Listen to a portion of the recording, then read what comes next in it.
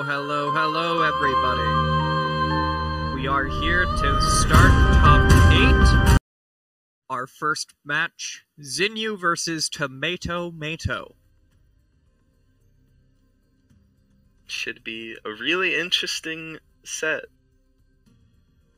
Zinnia has done very well today, is the top seed, but it may change when he can only ban out one of the decks. Yeah, I'm not sure it'll change a lot. I know Tomato's decks have really similar ideas. He's running very similar decks, but sometimes that's all it takes is that one extra deck to really turn around a matchup. We will see. And rounding out the top 8, after that we will have Video Gamer versus Maddie, followed by Croaker versus Cat and Tyrion versus Rizzi. We'll get underway soon.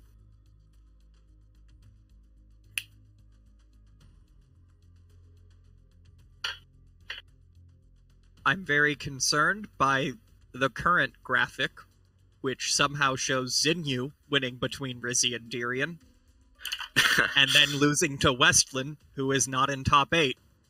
It's a really interesting how that worked out. Westland will beat Cat and Croaker somehow, and then Cat will also be winning between Zinnia and Tomato while losing to Westland. Honestly, and we got the update. Oh, this is a real graph now. Now we see the actual. Westland isn't in the top 8. He didn't sneak in there while we weren't looking. Well, a disappointment. No Duck Daddy here. We should be coming up here soon with our bans and getting underway.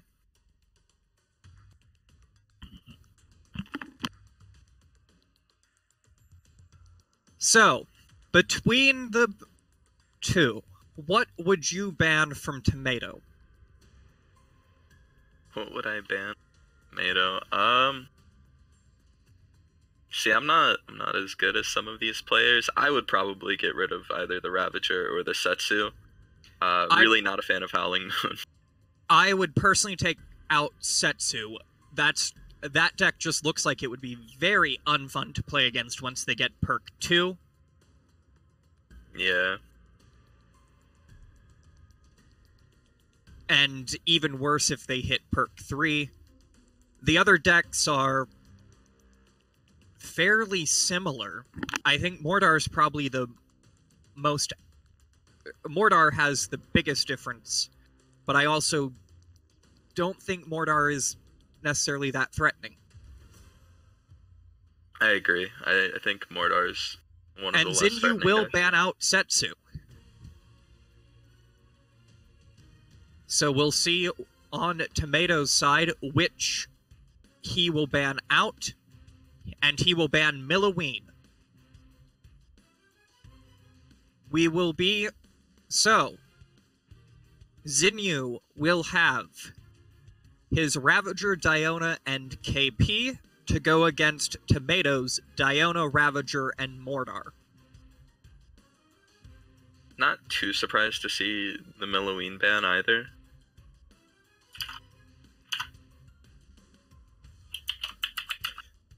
No, I think that's probably the best ban out. I think... Yeah, the King Puff might be irritating to deal with because I don't think any of Tomato's decks have a great answer to prop. Well, the Empowered Soul Stealer, but that's still a lot of mana, and if you get off your prop horde correctly, it will still just take out the Empowered Soul Stealer. But I think it'd be very difficult to be going against the prop horde. Yeah, I agree. And we will get the game started underway. Oh, I am being asked, where are your fans? And I would like to say hello to all of my fans, including Tomato, who made it into the top 8. And I'd like to encourage all of you to get a life, or a hobby, or something that means you don't have time to follow me to every stream and complain about how toxic I am because I said something vaguely rude about you once. I don't even remember it. Yeah. I'm gonna have to agree with Squid, you know? Find a hobby. Find something to do. Looks like the match is starting. Right on time. This is good. Diona versus Ravager is the first matchup we're gonna get. I'm interested to see. I think really comes down to how efficiently Tomato answers the Ravager pushes. Diona is very good at defending, but if you don't answer the push correctly, your defense won't get you very far. Yeah. Yeah, definitely need to answer the pushes well. I think if he manages to do that, he should be okay in this matchup. Prop board coming out. That will get some damage on face, but Zinnia's just gonna let it hit. He's getting damage of his own off. Yeah, Ravager pretty efficient at clearing prop horde. Takes some damage. Definitely more of a threat if there's a Combust following up, but Combust doesn't see a lot of use here. Guardian coming out to good play on the protect. Guardian. Yes, but and that will save it one more hit. He plays the Screaming Scrat to aggro, to catch the aggro from this Harb, and then gets out one of the perks from Diona as well to save this Soul Stealer. And this Soul Stealer is hitting face. It's going to do a lot of damage with 8 stacks. A very efficient play by Tomato there. Well executed to get that to face. And it did destroy that perk 1 of Ravager. Unfortunately, he is very far behind in XP right now. A 20 XP lead for Zinnia, while Ravager's perk 2 isn't as decisive as his other perks. That is still a major threat. Zinnia opting to Black Hole rather than Dragon Ball there. Is interesting. The Guardian's going to come out to protect the Reboomer for now. And you're going to see Tomato's going to try to find an answer for this Harbinger. The Dragon would have done it. It will do it, yeah. Yes. Zinnia not being able to... Zinnia doesn't have a strong answer for that Guardian. The 8-weave from the Fireball will help get rid of the Guardian, but I mean, all these units are still here, and it's a lot of face damage again. Tomato might not have the XP, but he's definitely winning in the HP fight. And with the way this deck is made, I'm fairly confident that he has closing power as long as he keeps up the pressure and the tempo here. It will be important for him, however, to make sure that he can beat Zinnia to some of the... to perk 3. Because at that point, even a good lead in health might not be enough against just more mana coming out. A good Black Hole to clear the Guardian off of the Reboomer and get that out with a Whelp. Zinnia trying to get another Harbinger out. I don't know if I'd be playing Harbingers as often as Zinnia is. Yeah, he's really not finding any value from them. I'd especially be hesitant just because Diona's traps very efficiently answer Harbingers. And that's another 500 health gone from that push. And the Harbinger does live for now, though. It's getting a chance. But, I mean, we already know Tomato has really good answers for it. Once it gets to the mid-board, he can deal with it pretty quickly. He's holding the prop horde for it now. And the Fireball will not save it. That's a really feels bad for Zinnia there. The Fireball didn't come out fast enough to save the Harbinger. So the prop horde ends up being worth a lot of mana. He gets 7 from the Harb and the 4 from the Fireball. Another Reboomer protected by Guardian. That's going to clear the entire Wolf Among Sheep. This will be really important. Got to be careful here, though, because if he does not answer this push correctly, that's a lot of damage that could be coming in. Absolutely. It's very important that he deals with this Terra Brutus well. Unfortunately, he's still for Zinnia, he's still at full health, and he does have pretty good DPS here. The Fireball will clear out the prop horde, but this Empowered Soul Stealer, might not even matter. These Spear Throwers are still hitting Zinnia's face. And that will be a bazooka strat for the lethal. Zinnia just couldn't get any tempo going on.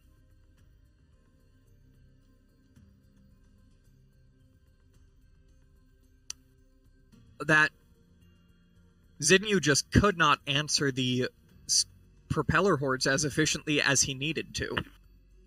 Yeah. And the Guardian on the Reboomer got a lot of value for Tomato. Yeah, he really got a lot of value from that Reboomer. He also got a lot of value out of his Guardians throughout the game. I'm curious to see what Zinnia will pick next. I think his Diona might be tempted to take Diona here. I think it's probably got stronger clear into this.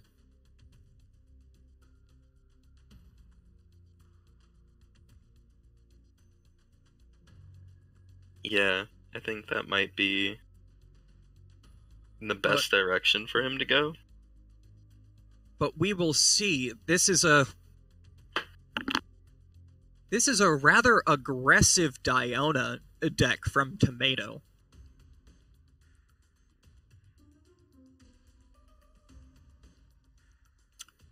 And we have technical difficulties, King Puff, going on. Zinnia will be restarting.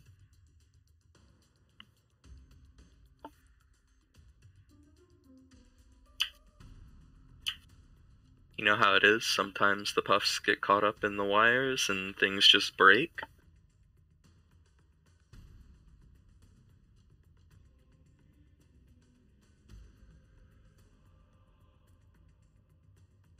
We'll get this sorted out and be back to our regularly scheduled KPC.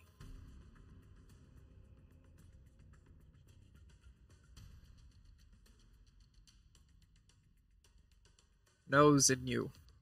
Want to spectate you, not match against you.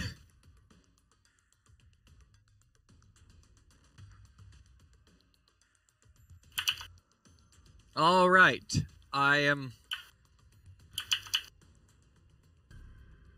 pretty sure we've got this sorted out. Still a couple. Still technical difficulties, King Puff.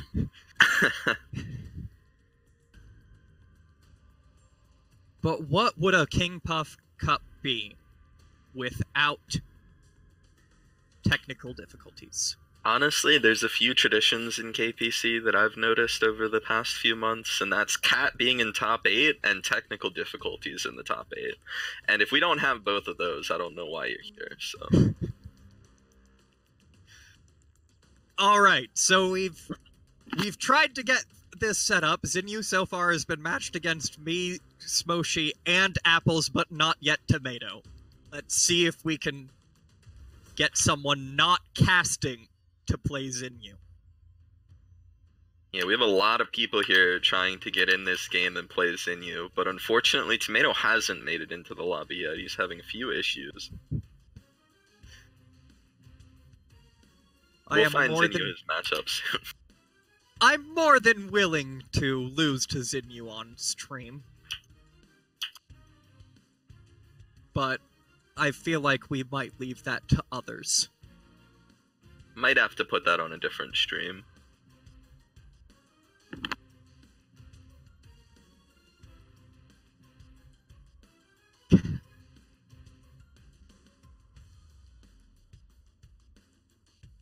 Zinnia, I'm already spectating.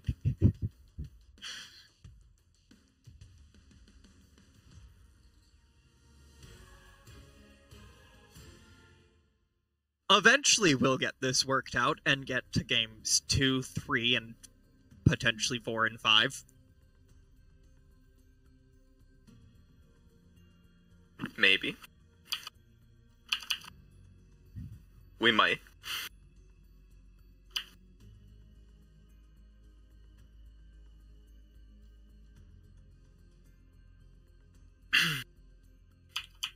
So, while we're going through these technical difficulties and we're taking our time to get into this matchup, we can talk a little bit about the players, maybe. You know, something like that. I don't know. Zinnia's currently 58 wins to 40 losses, which is a pretty good, like a 60% win rate going into this series.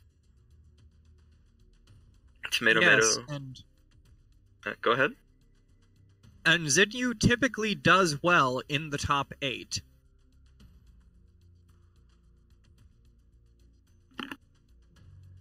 But we will see here. I'm so sorry. Eventually we will get this sorted out, viewers. I promise you, we want to see the gameplay as much as you do. Alright, so it looks like we are just having difficulty getting Zinnia versus Tomato to actually be a thing.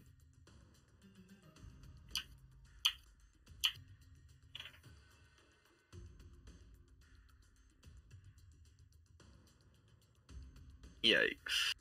I, for one, blame FDM. I agree. If everybody in the chat could also give us a quick blame F, that'd be very helpful.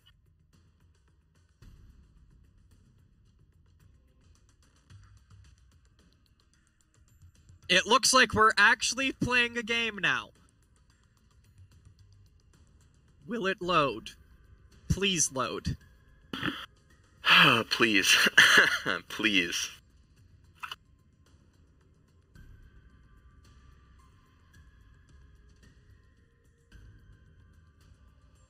Still loading.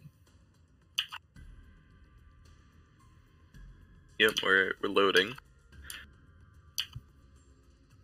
Well, Goo, that would require me to know which cards are in the top 8.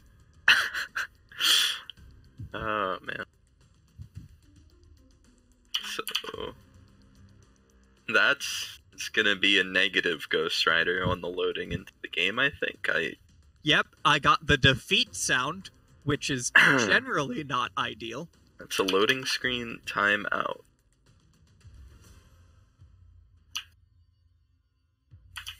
Oh! Here we go! And we have a game, everybody. We have a game. We have the Diona versus Diona matchup. Zinnia did go with the Diona, like we were thinking he might.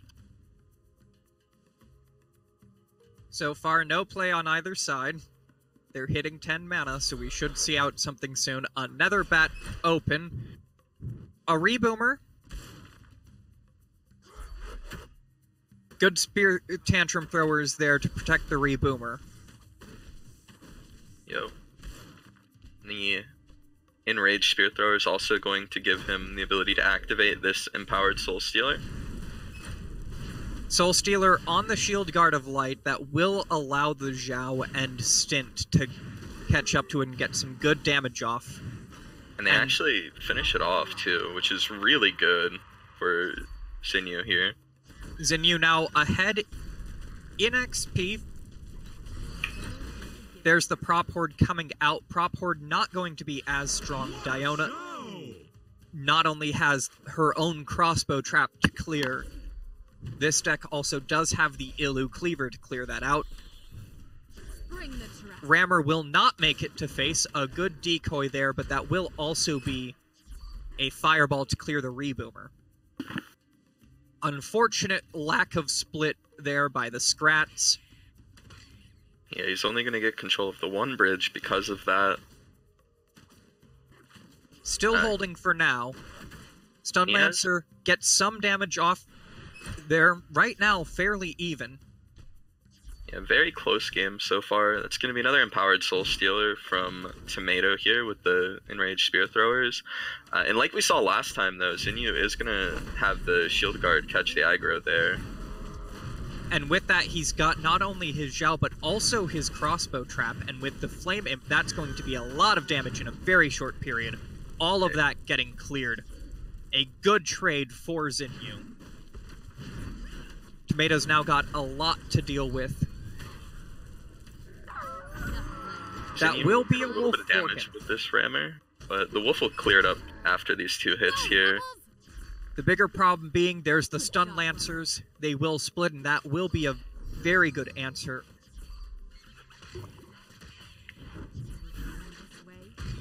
A good combination of the fireball and the decoy trap that's going to clear out the prop horde while keeping that stun lancer alive.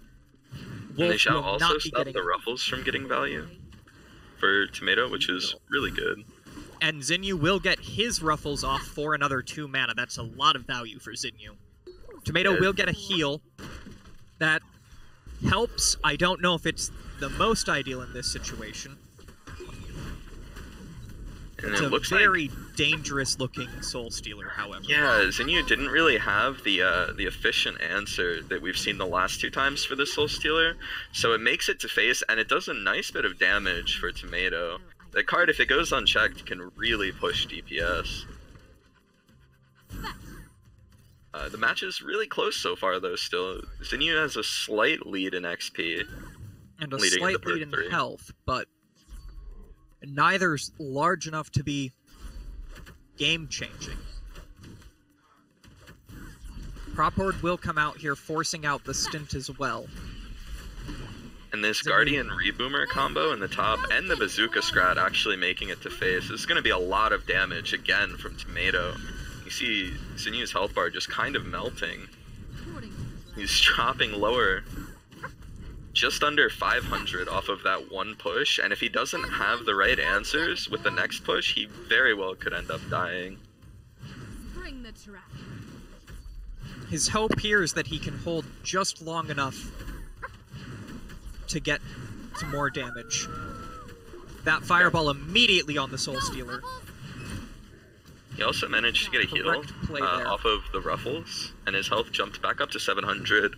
It's not the most ideal Ruffles get normally, but it's very good for him here. Shield Guard here just trying to hold on long enough, but that's a Prop Horde, and the Prop Horde manages to take out the Soul Stealer. Soul Stealer drops, but that's a lot of damage Zinnia was looking at.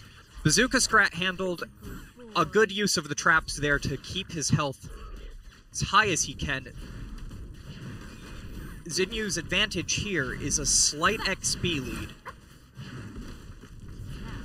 But that might not be relevant with the bridges now. Yeah, we're gonna see Tomato's XP jumping pretty quickly while he controls both bridges here. And suddenly the one advantage that Zinnia had is no longer there. And Zinnia not clearing those empowered Soul Stealers. Good use of the Illy Cleaver there to deal with the Prop Horde. He is keeping up at this point very well.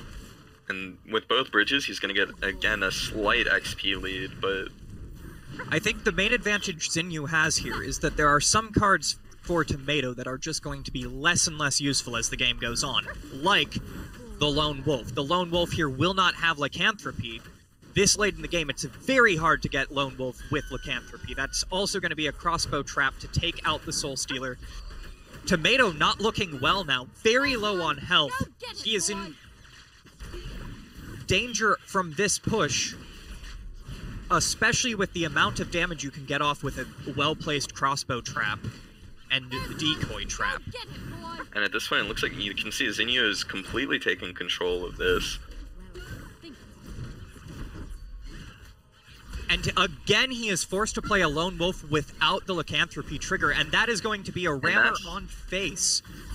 He gets another hit off. At 70 HP, he just needs to cycle and fireball. And this is over for Zinnia. Sorry. We'll see here Tomato trying to make one last big push, but will it be soon enough? And we have in Zinnia's hand, we have the fireball, and that's not going to do it because of the Guardian. Very well played from Tomato to save himself with the Guardian. A lot of traps being placed out here. Zinnia's trying really hard to deal with the Soul Stealer, but the Guardian makes it in range, and the Boomer takes out the Stun Lancers, and that's going to be it for Tomato, taking the game over Zinnia again with a very well done push. I think the Fireball, I might have held it. I might have tried to force out the Guardian with a crossbow trap first. Yeah, I think he got a little too excited. He saw blood, and he tried to go for it. And maybe not remembering the Guardian, maybe... I don't know. There was definitely a misplay there. He went a little too fast. We'll see if Zinnia can now reverse the sweep. He is on his last deck here. A King Puff. It'll be very interesting to see if this King Puff can get the value. It might do better against the Guardian than some of the others. Yeah, KP can deal with Guardian fairly well.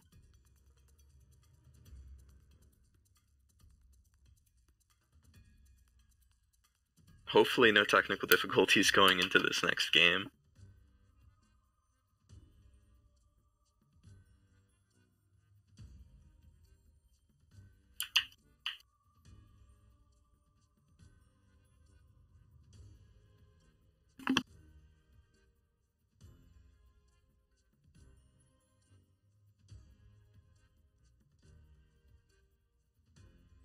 And there's no issues this time. It looks like we're getting right into the next game. We'll see now. Delayed long enough.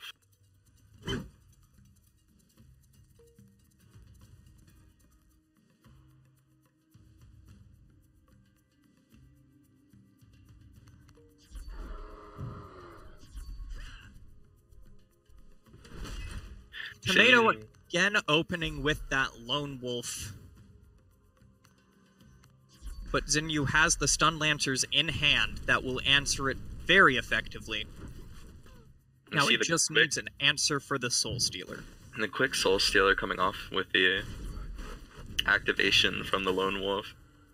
And a very unfortunate starting hand for Zinnia.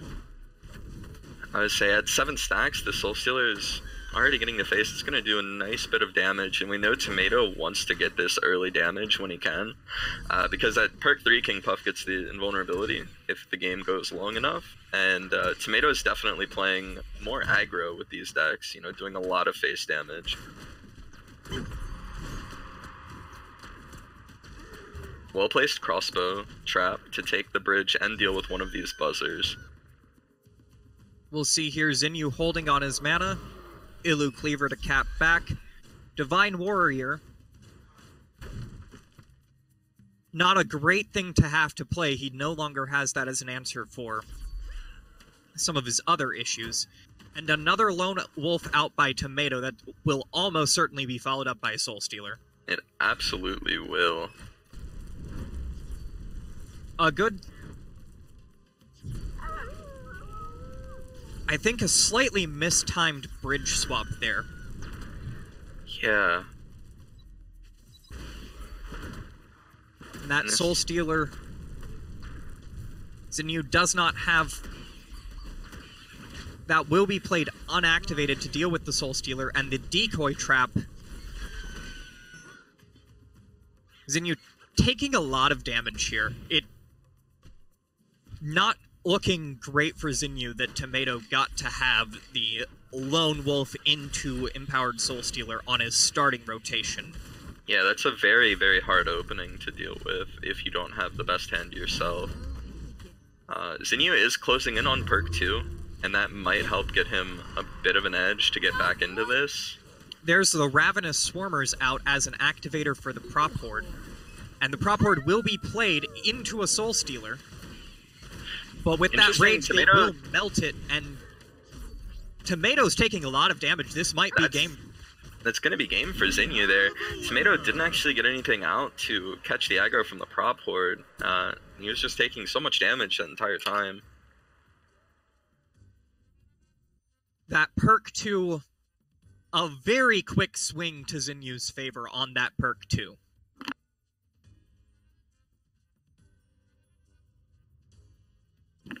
Yeah, very, very well done by Zinnia. I think this is a big weakness of Tomato's Diona deck. That deck has almost no defensive power. If they have a good answer, if they can prevent the Reboomer Guardian combo, that deck is almost all offense. And if you get a big push like Zinnia got, there's just not a great answer in Tomato's deck for Zinnia's perk 2. Yeah, I agree. I feel like you really want to be the aggressor in the situation there as Tomato. So when Zinnia turned it around like that and got that good push going, you saw Tomato had a bit of a harder time finding the right cards to play.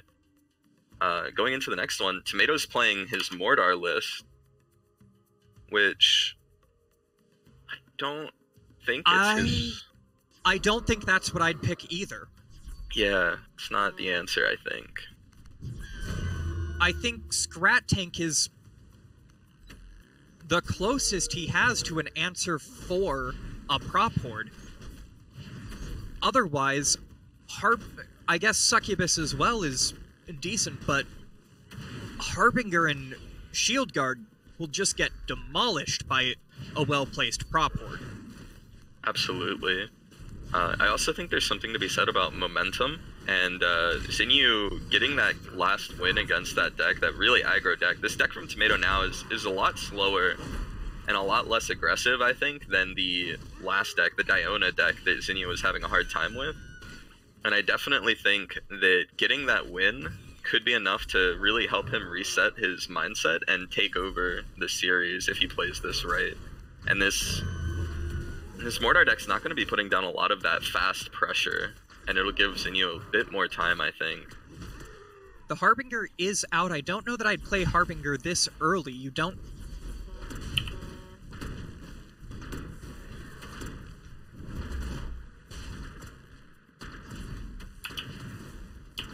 Harbinger might not get rezzed here, and I think that's really what Tomato should be looking to do.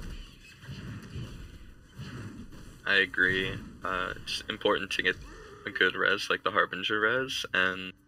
This is going to be a problem, because now Zinnia can start that Harbinger has to advance. He can use Stun Lancers to take out the Succubus, and still have an answer.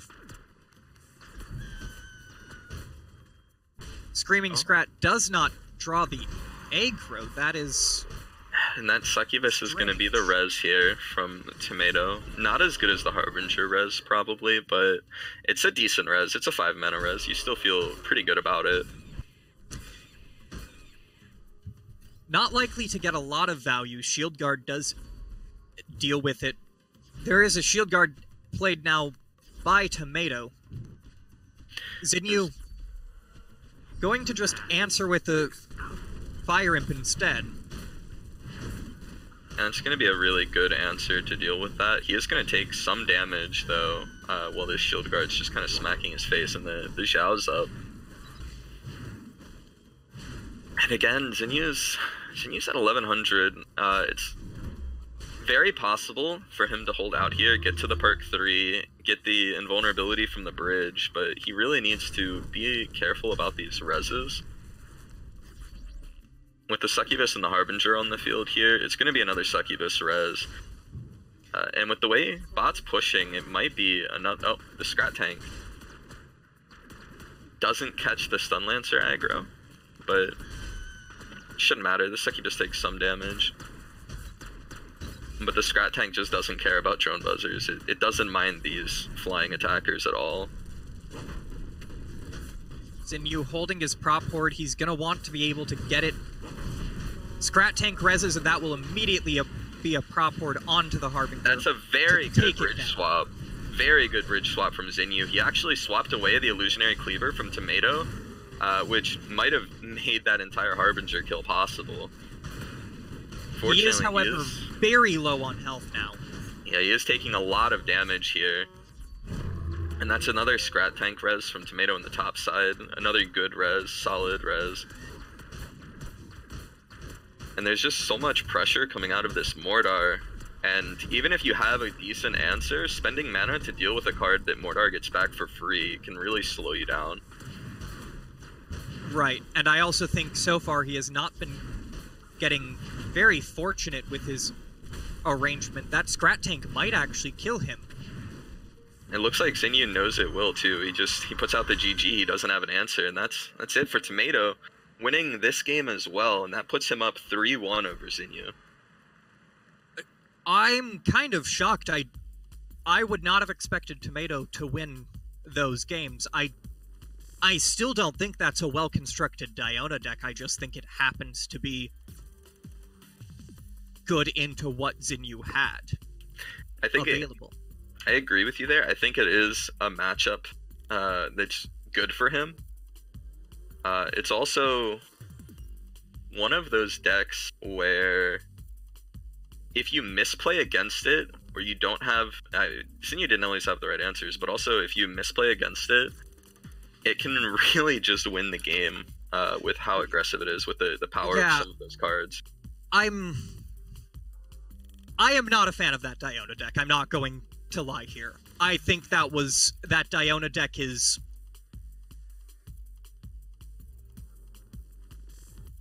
I will also agree with Zinyu here. The amount of heals from Diona's perk 2 that Tomato got was rather unfortunate, but I also think, just in general, that Diona deck, if it loses bad. And I am not a fan of decks that are that aggressive. I'm also very much not a fan of the Lone Wolf Prop Horde Empowered Soul Stealer combo. I think that's very abusive, and if those cards were at the levels they should be, would not work at all. And I really don't like Guardian Reboomer. I think that is an incredibly cheese strategy to be playing. I'm not a fan of that deck. I think that deck is not what I want to see in Minion Masters. I think that deck is very disrespectful to the game as a whole. And that's not the kind of deck I want to see in tournament play.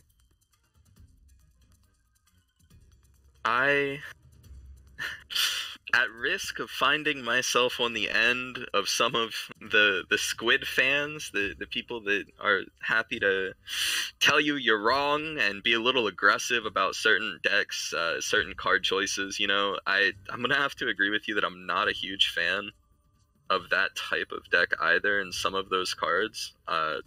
Really not a fan. That being said, Tomato, in Tomato's credit, he did play it well enough, but I will say this much. I view that Diona deck very similar to in the previous KPC, where we saw someone running 4 decks nearly identical, all using the Howling Moon Ravenous Swarmers combo before that was adjusted. And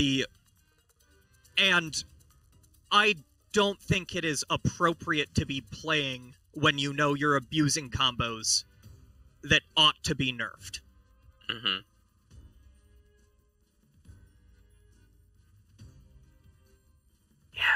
Yeah. We will get underway now with the Gamer versus Maddie. Yeah. The next series, Gamer versus Maddie.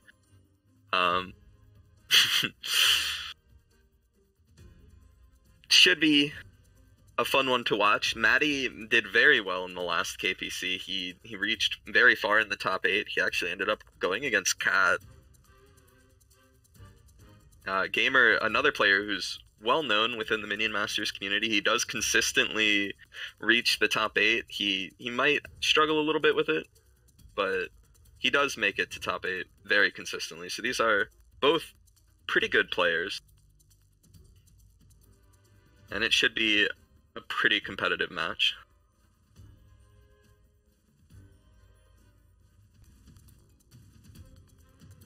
We'll get underway here soon with the bans. And we've got the bans here. Gamer banning out Maddie's KP. Maddie will respond with a Mordar ban.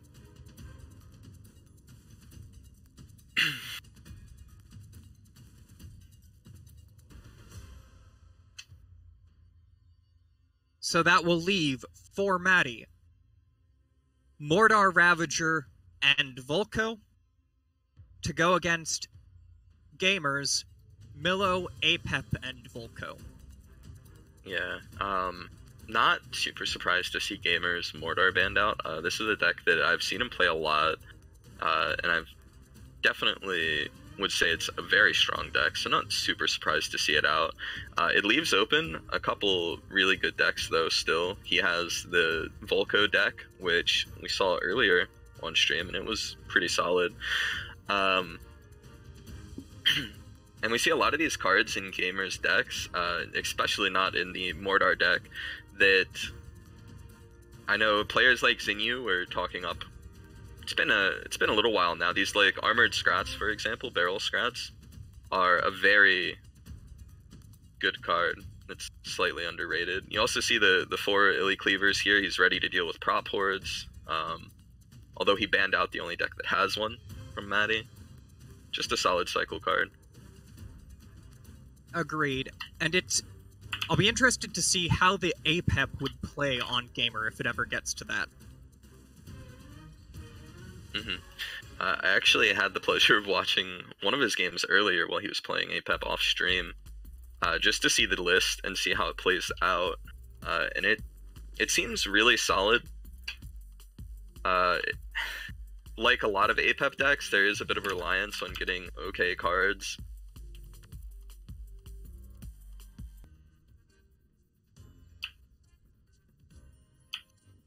And we will be getting into the match. Loading in now. Welcome back to another exciting round of Minion Masters! Showtime! Gamer will open with his Apep into the Volko.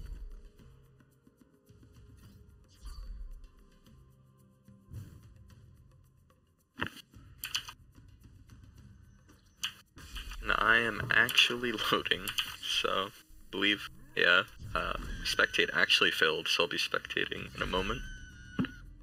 Maddie will Sunburn the XP Shrine and face. Gamer does have a slight XP lead because of the XP Shrine, but we will see if he can hold on to that throughout the game. Heal Puff as is perk 1.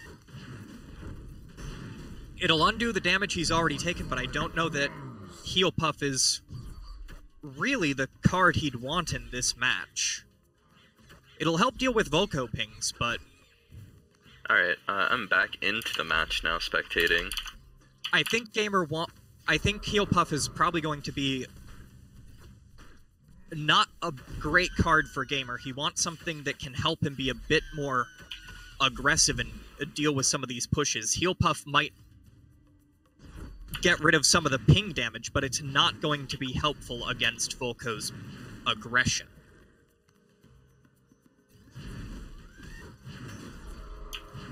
Yeah, it definitely won't help deal with Volko's aggression.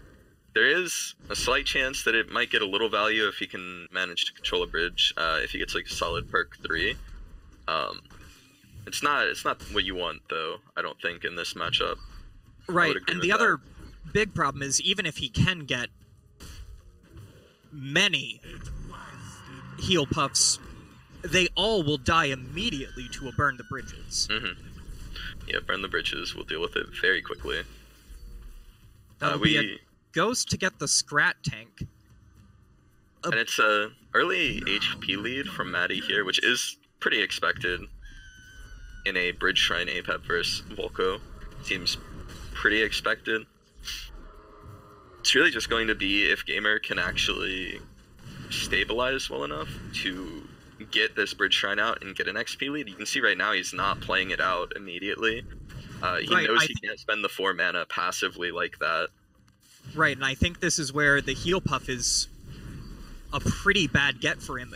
The Heal Puff will only get 1 heal out. He's got no answer to the air units on the board. And that Assassin will also just be cleared by the Defenso Chopper. He's taken a lot of damage early, and he's barely ahead in XP. Yeah. And at the way this is going, this is definitely Maddie's game to lose. I think he has full control over this.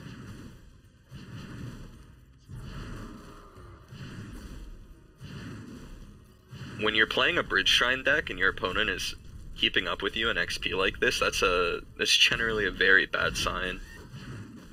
Right, and in addition, while he's got the Zhao now on face, he did have to burn a Firebolt just to clear out a Whelp.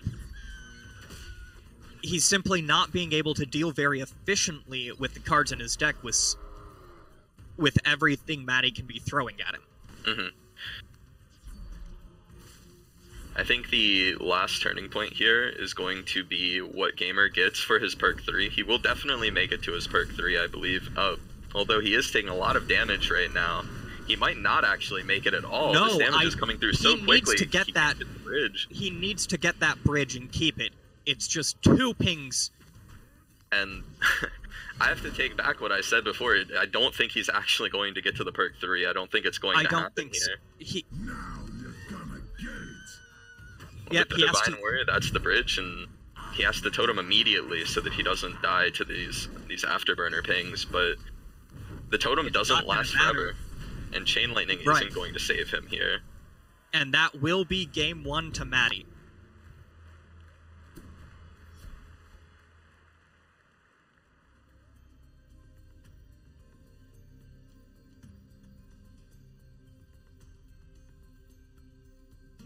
And we will see if Gamer can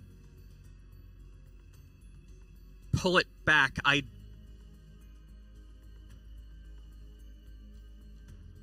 I'm not sure if... From his remaining decks, I'm not sure that I'd put either of them as that great into Maddie's Volko. Yeah, I think that this Volko list is very strong, and I don't think Gamer's remaining lists are very great against it. Right, I think Mordar might have the best chance. I'd be hesitant to bring the Volko just because I don't know that his Volko list has enough... I don't know if he has enough anti-air to be dealing with the Whelps efficiently. He's going to be really reliant on his own Shadow Whelp and on his Scrat, on his Sniper Scrat to be handling the Whelps. And otherwise, his only answer would be beaming. And that's a huge drop in mana to have to beam a Whelp. Yeah, beaming a Whelp is not something you want to see at all.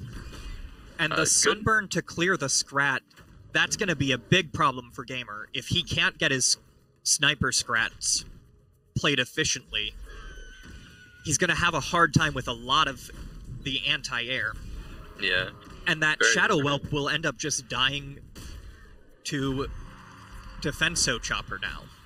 Yeah, the Defenso Chopper will deal with that very quickly, and you can get a lot of value out of it.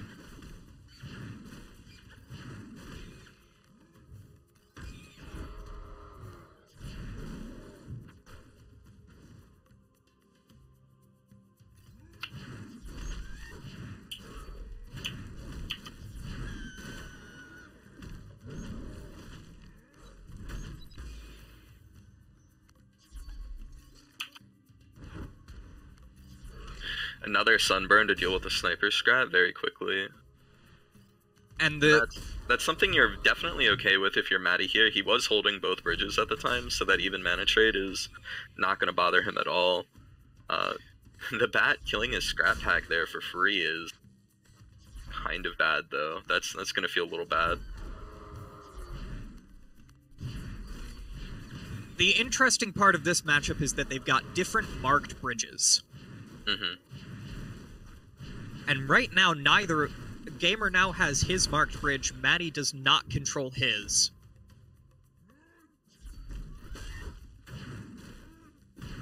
An effective Divine Warrior there that will stop any Cleaver from getting to face. Sniper Scrat will take out the Scrap Pack. The Stin. But it will drop... and the Nether Bat will both drop. to the Dragon Whelp, Blue obtained perk 2. Gamer has to now either use a Zhao or his Shadow Whelp to try to answer. He'll pick the Zhao, and that will not kill it. And at this point, Maddie has both bridges still too, so not only does he have the burn coming in, but he's gaining more XP, and he already has a slight XP lead, 10 XP. A good burn the bridges from Gamer there, but at the his same time, Shadow Whelp will still drop. This is a big problem for Gamer. If Shadow Whelp is the only thing you can answer your opponent's Dragon Whelp with, that will just die to Defenso on the next, and you're not getting a good mana trade there. And the bat doesn't actually deal with the Zhao for Gamer there. Very fortunate for him, though. The Sunburn actually played slightly misplayed there, so the Zhao gets enraged and gets away from it in time. Maddie expecting it to stand there a little bit longer.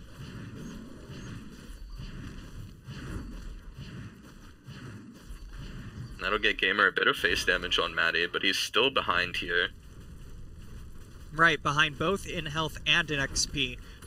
Maddie does, however, not have the Sunburn available to get rid of the Sniper Scrat. That's a beam coming out by Gamer.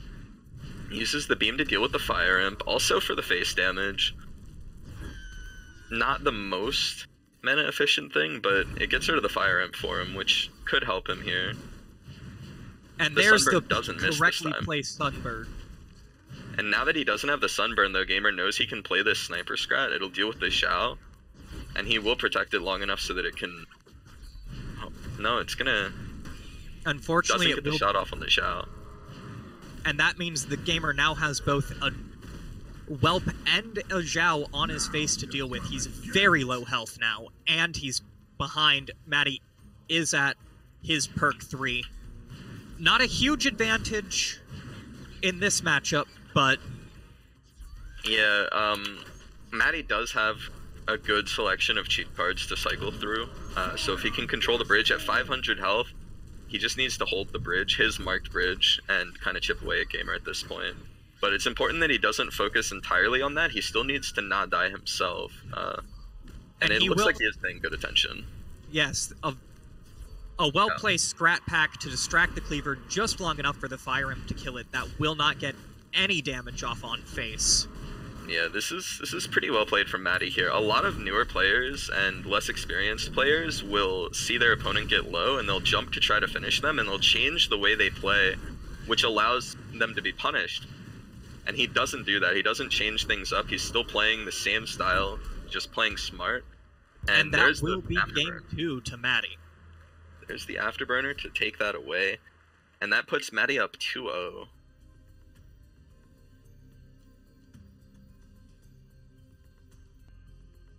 And we'll see now if Gamer can bring it back.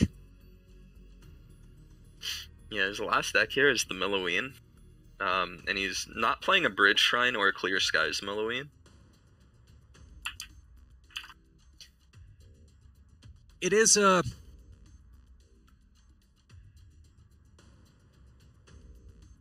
it's an interesting Milloween, certainly.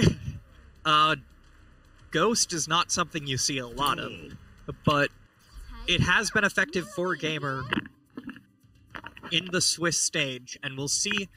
I think the problem he'll have here is there's just not really a good value target to Ghost. Yeah. Yeah, there isn't a great Ghost grab here. And I think we saw that earlier too with the APEP list. He had the Ghost in his APEP list, and he couldn't get a lot of value out of it there either. Right, I think probably Defenso Chopper is the best target for a Ghost, and Defenso's still not going to get a lot for you. Yeah, Defenso also isn't the best card against Maddie's list, so if he does Ghost it, Maddie does have good answers for that Defenso that he's running. Gamer will have to Fireball out that Whelp.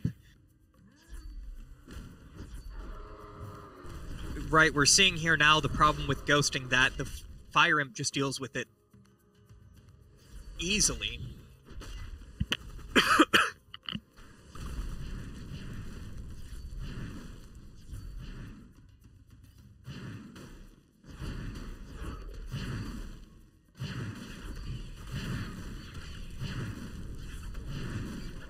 A shield here to plays save the banner. Zhao. Very Yep, well it done will. to save the Zhao there. It does go down. The banner itself goes down, though. Gamer has also been doing very efficiently at playing his Screaming Scrat and Illu Cleaver to cap the bridge from Maddie. Yeah, he wants to control the bridge here as best as possible. Not only for the XP, and not only to control the marked bridge against the Volko, but he really wants to hit perk 3 here with Milloween. It's very important that you make it to that late game point. That Shock Rock doesn't do it for him here. This is going to be... He's going to let Millow deal with this, most likely. Just build up some mana. He doesn't need to play anything immediately. He's going to wait because he has both bridges right now. Once he hits 10 mana, you'll see he plays out. Arcane Missiles. Well blocked by Maddie there. Well, a few did get on, but it's still a good block. That Fireball, however, it's going to be a problem for Maddie to get any real value out of a Fire Imp. Even if the Fireball at best goes neutral for Gamer, but that's still taking out what Maddie really needs to be using to kill the golems. Yeah. And it's totally fine for Gamer to go neutral on mana with plays like that, as long as he's getting this XP lead that he has. He's 30 XP up, he's closing in on Milloween perk 3, and he's going to be completely fine with playing out these fireballs and going 4 mana for 4 on the Fire Imp. He's got a good push, a good combination. Sunburn and Burn the Bridges combined will take out the Arcane Golems, but Maddie is very far behind in XP right now. Yeah, and that's a very dangerous place to be against a Milloween. As soon as he hits perk 3, these Arcane Golems are going to be so those scary. Arcane Missiles were painful.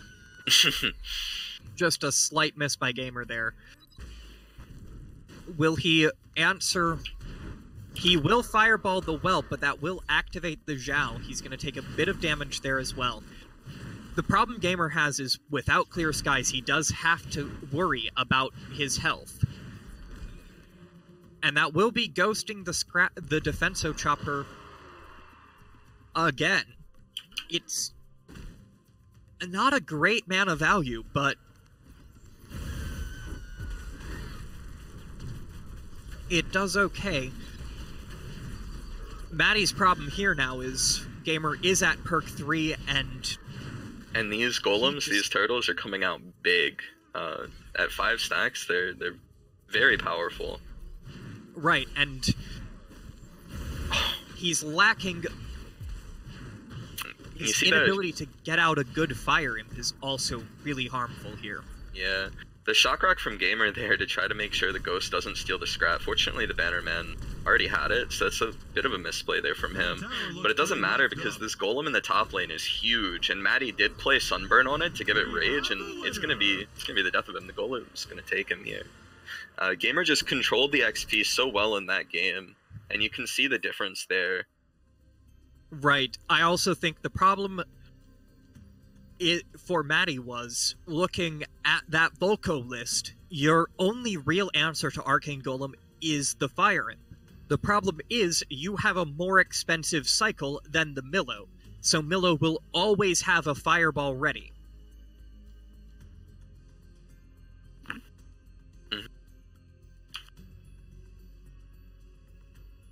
And although I think that the Volko list was one of Maddie's, if not his strongest list, maybe not the best matchup into the Mellow, but I think some of these other decks he has still match up a lot better. So Gamer's not out of the woods yet. He might have taken that game, and he might have got himself a chance to get back into it, but it's going to be difficult for him going forward still. Right, and I think probably the Millow into Volko was the best match for these decks. The Ravager has good answers. That Ravager and the Mordar both have very good answers for the Golems.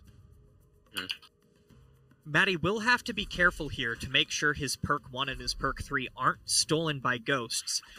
The Bannerman Ghost might be a very effective combo. I also think that there's another very good target here for Ghost as well in the 6 mana, the Shield Guard. One of the new cards that we've seen a lot of. I think that's true. I also would say Ghost is even fairly good if you can, as Gamer will do here, grab the opponent's Lone Wolf. And that still has Lycanthropy. Still has the Rage and Lycanthropy, and that's a very good deal. And I think now we can finally, now that we're out of this Volko matchup from Maddie, we can see where the Ghost comes from, why Gamer is running it. There are a lot of these Lone Wolves and a lot of these Shield Guards in the meta, and Ghost is a pretty good answer for them. And you see, and that will be Ghost. Get it on the Brutus as well. Maddie can't deal with that, so that's a Brutus swap over there. Just changed sides. I do think it's probably worth it for Maddie to just let that swap. The Curse is going to take out most of its health long before it makes it to face, and the Lone Wolf there as well. That will clear out the perk 1. It's a disappointing loss of the perk 1, but it wasn't nearly as much value as it could have ended up being. Absolutely. A bit too little damage. That will be the Wolf coming out. Gamer's taken a lot of damage early. He is taking a lot of damage here, and the Fireball did hit the Wolf from the Wolf Among Sheep, which means that's another werewolf that's just going to smack him around. And you see this damage is just coming out so quickly.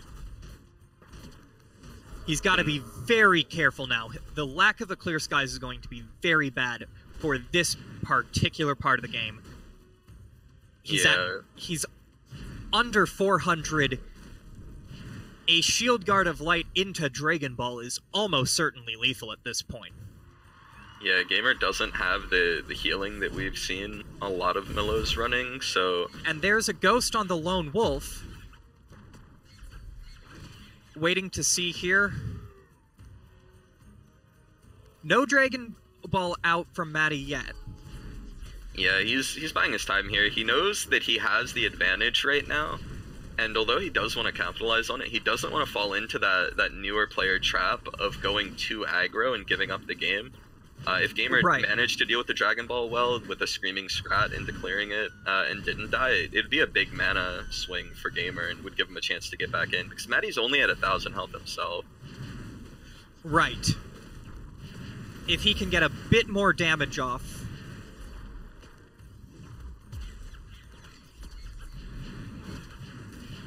That Fireball... I think that Fireball might be the mistake Maddie needed. Yeah, that could very well do it here. Gamer is in big trouble with this Wolf Among Sheep coming in. Right, Wolf Among Sheep's coming in. There's the Dragon Ball coming out. That's going to be it. That's most certainly going to be game for Maddie. Maddie just needs a bit of damage here, and Gamer's not got the mana to answer what's already on the face. He can't solve this. Yeah, the Wolf's going to make it, and that'll be it for Maddie. Taking another game over Gamer, and that's the final game he needed to win to close out the series. And he did it in a very good way. He played smart, and he didn't fall into that over-aggressive trap. He waited for Gamer to make a mistake, and he capitalized. Right. I think that Fireball from Gamer was he wanted to get that last bit of damage he needed to take out Maddie. He just didn't have enough on the board at the time to finish the game out. He needed a bit more damage first.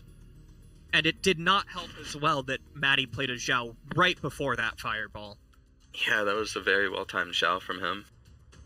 And that will be it on our end. We'll be handing over to the next group of casters as we finish out our quarterfinals. Alright, nice job, Mr. Squid, and nice job, Apples. Thank you. Have a great time. I will. Alright. And we will, because we've got a really, really cool match coming up. Cat versus Croaker X. And this is one match that I really, really am looking forward to, because Cat usually goes undefeated in the group stage. But this time he didn't. This time he lost one match to Croaker X. Croaker. Yeah, Croaker beat him 2-0. And now this is the rematch in the top 8. So... intense. Yeah, we're going to have to see if Croaker can do it again and can beat Cat in a best of 3 this time. Yeah, that's the best of 5 is actually like scarier just because you can only ban one deck. If you see 2 scary decks, you might as well think about it better this time. Right. And I'm gonna have to want to take a look at some of the decks here and see if there was what might have happened in the group stage. Was that casted at all? Do you know that? Not that I remember. I don't think so. No. But let's see over some of these. Oh, it looks like Cat has 2 Harbinger decks this time, Mordar and Stormbringer. It's possible that Croaker had some decks as well that would have like really good anti-air ways to deal with those Harbingers. In fact, it looks like a lot of his decks do. He's got like the Dragon Ball in one deck, his own he has his Harbinger and Soul Stealer Crossbow Guild in the Stormbringer. Yeah. Maybe he just banned the Milloween and the King Puff and then just beat the Harbinger decks. Yeah, to be honest, that Mellow deck looks pretty decent. I think he actually played that Mellow in previous tournaments. I might be wrong. Yes, well, but looks pretty familiar.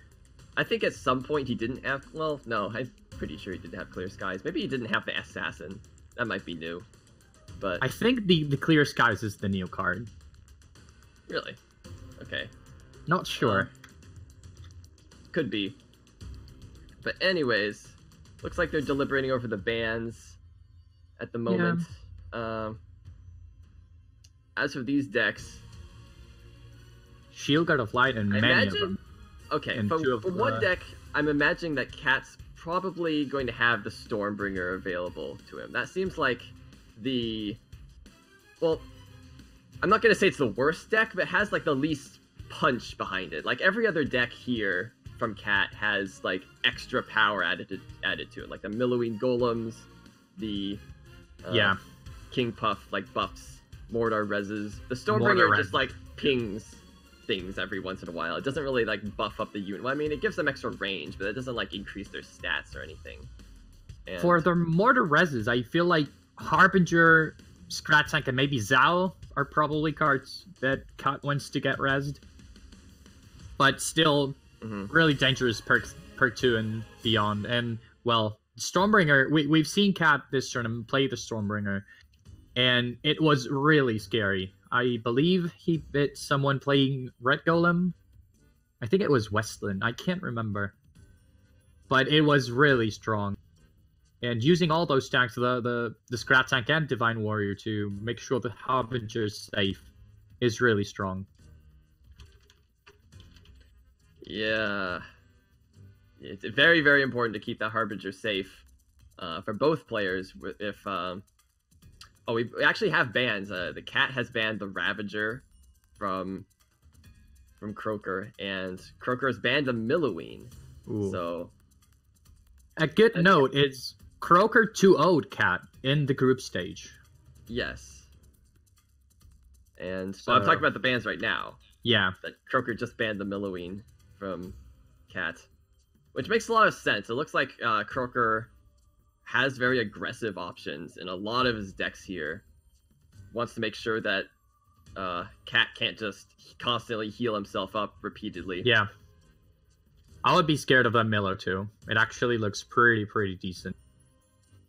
And I mean, the golems further on are really annoying. Once Cat can manage to get 1 or 2 with a fair amount of stacks on them on the field, it's actually really stressful to play against. It's just, the one issue with that is, of course, that leaves Cat with his King Puff, and this is possibly the deck that we've seen the most 3-0s from out of any other deck we've ever seen in KPC history. Just Cat playing this specific King Puff deck is just horrifying to watch. And the thing is, Croaker has 2 available fireballs, and let's see, the Ravager is banned, so now there's only 1 available. And if Cat can manage to get a shield on a Fire Emblem, that's actually going to be really painful.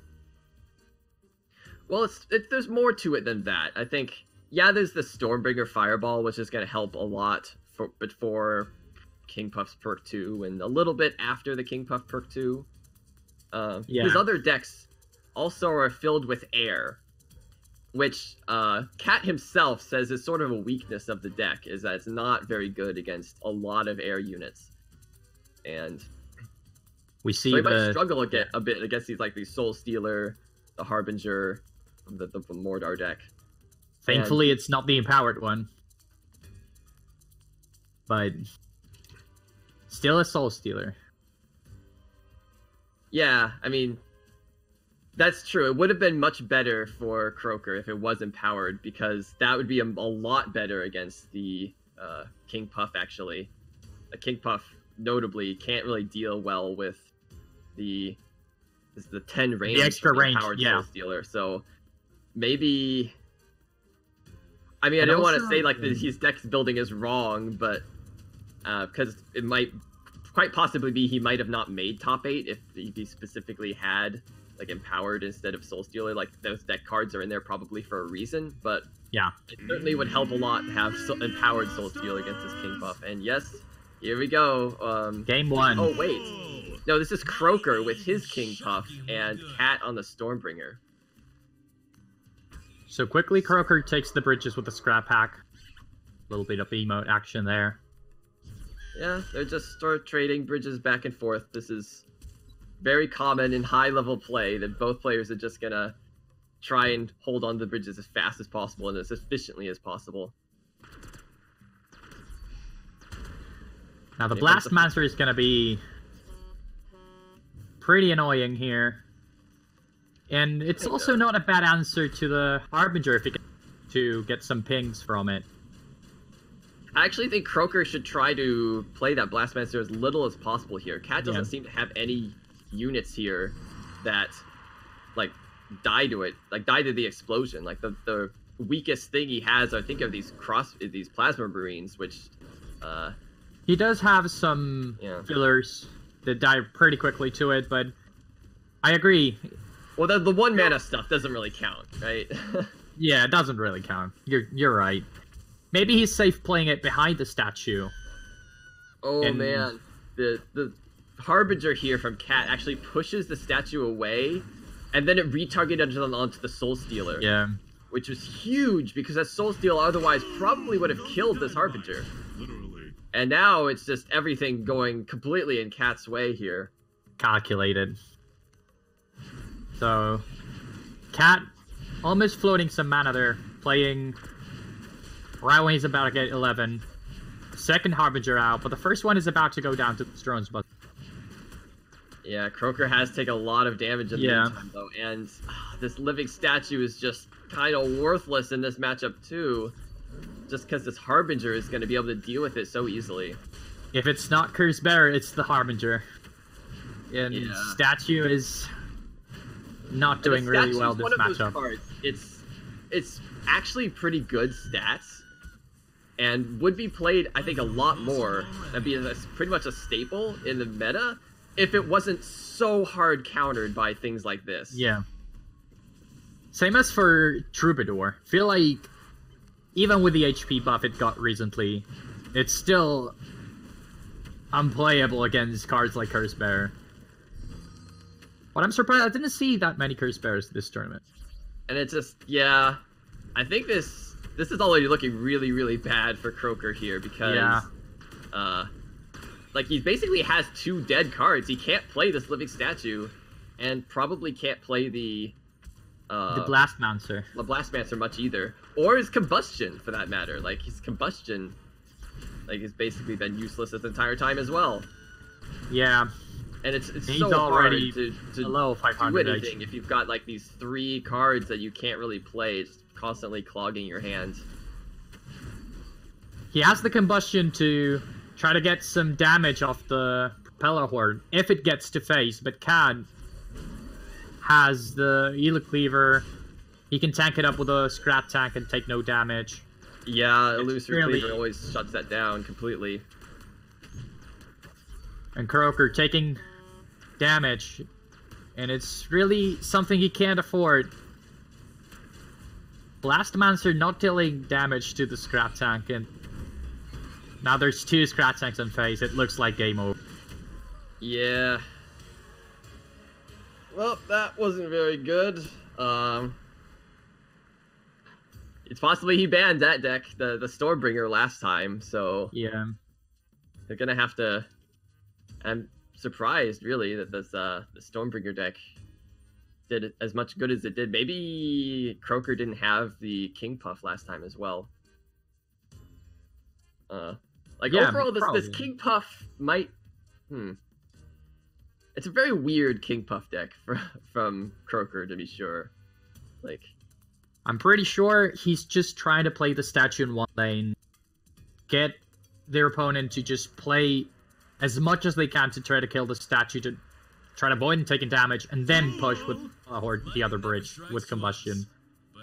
Which right, but Cat's just way too good defensively to allow that to happen. He is always ready.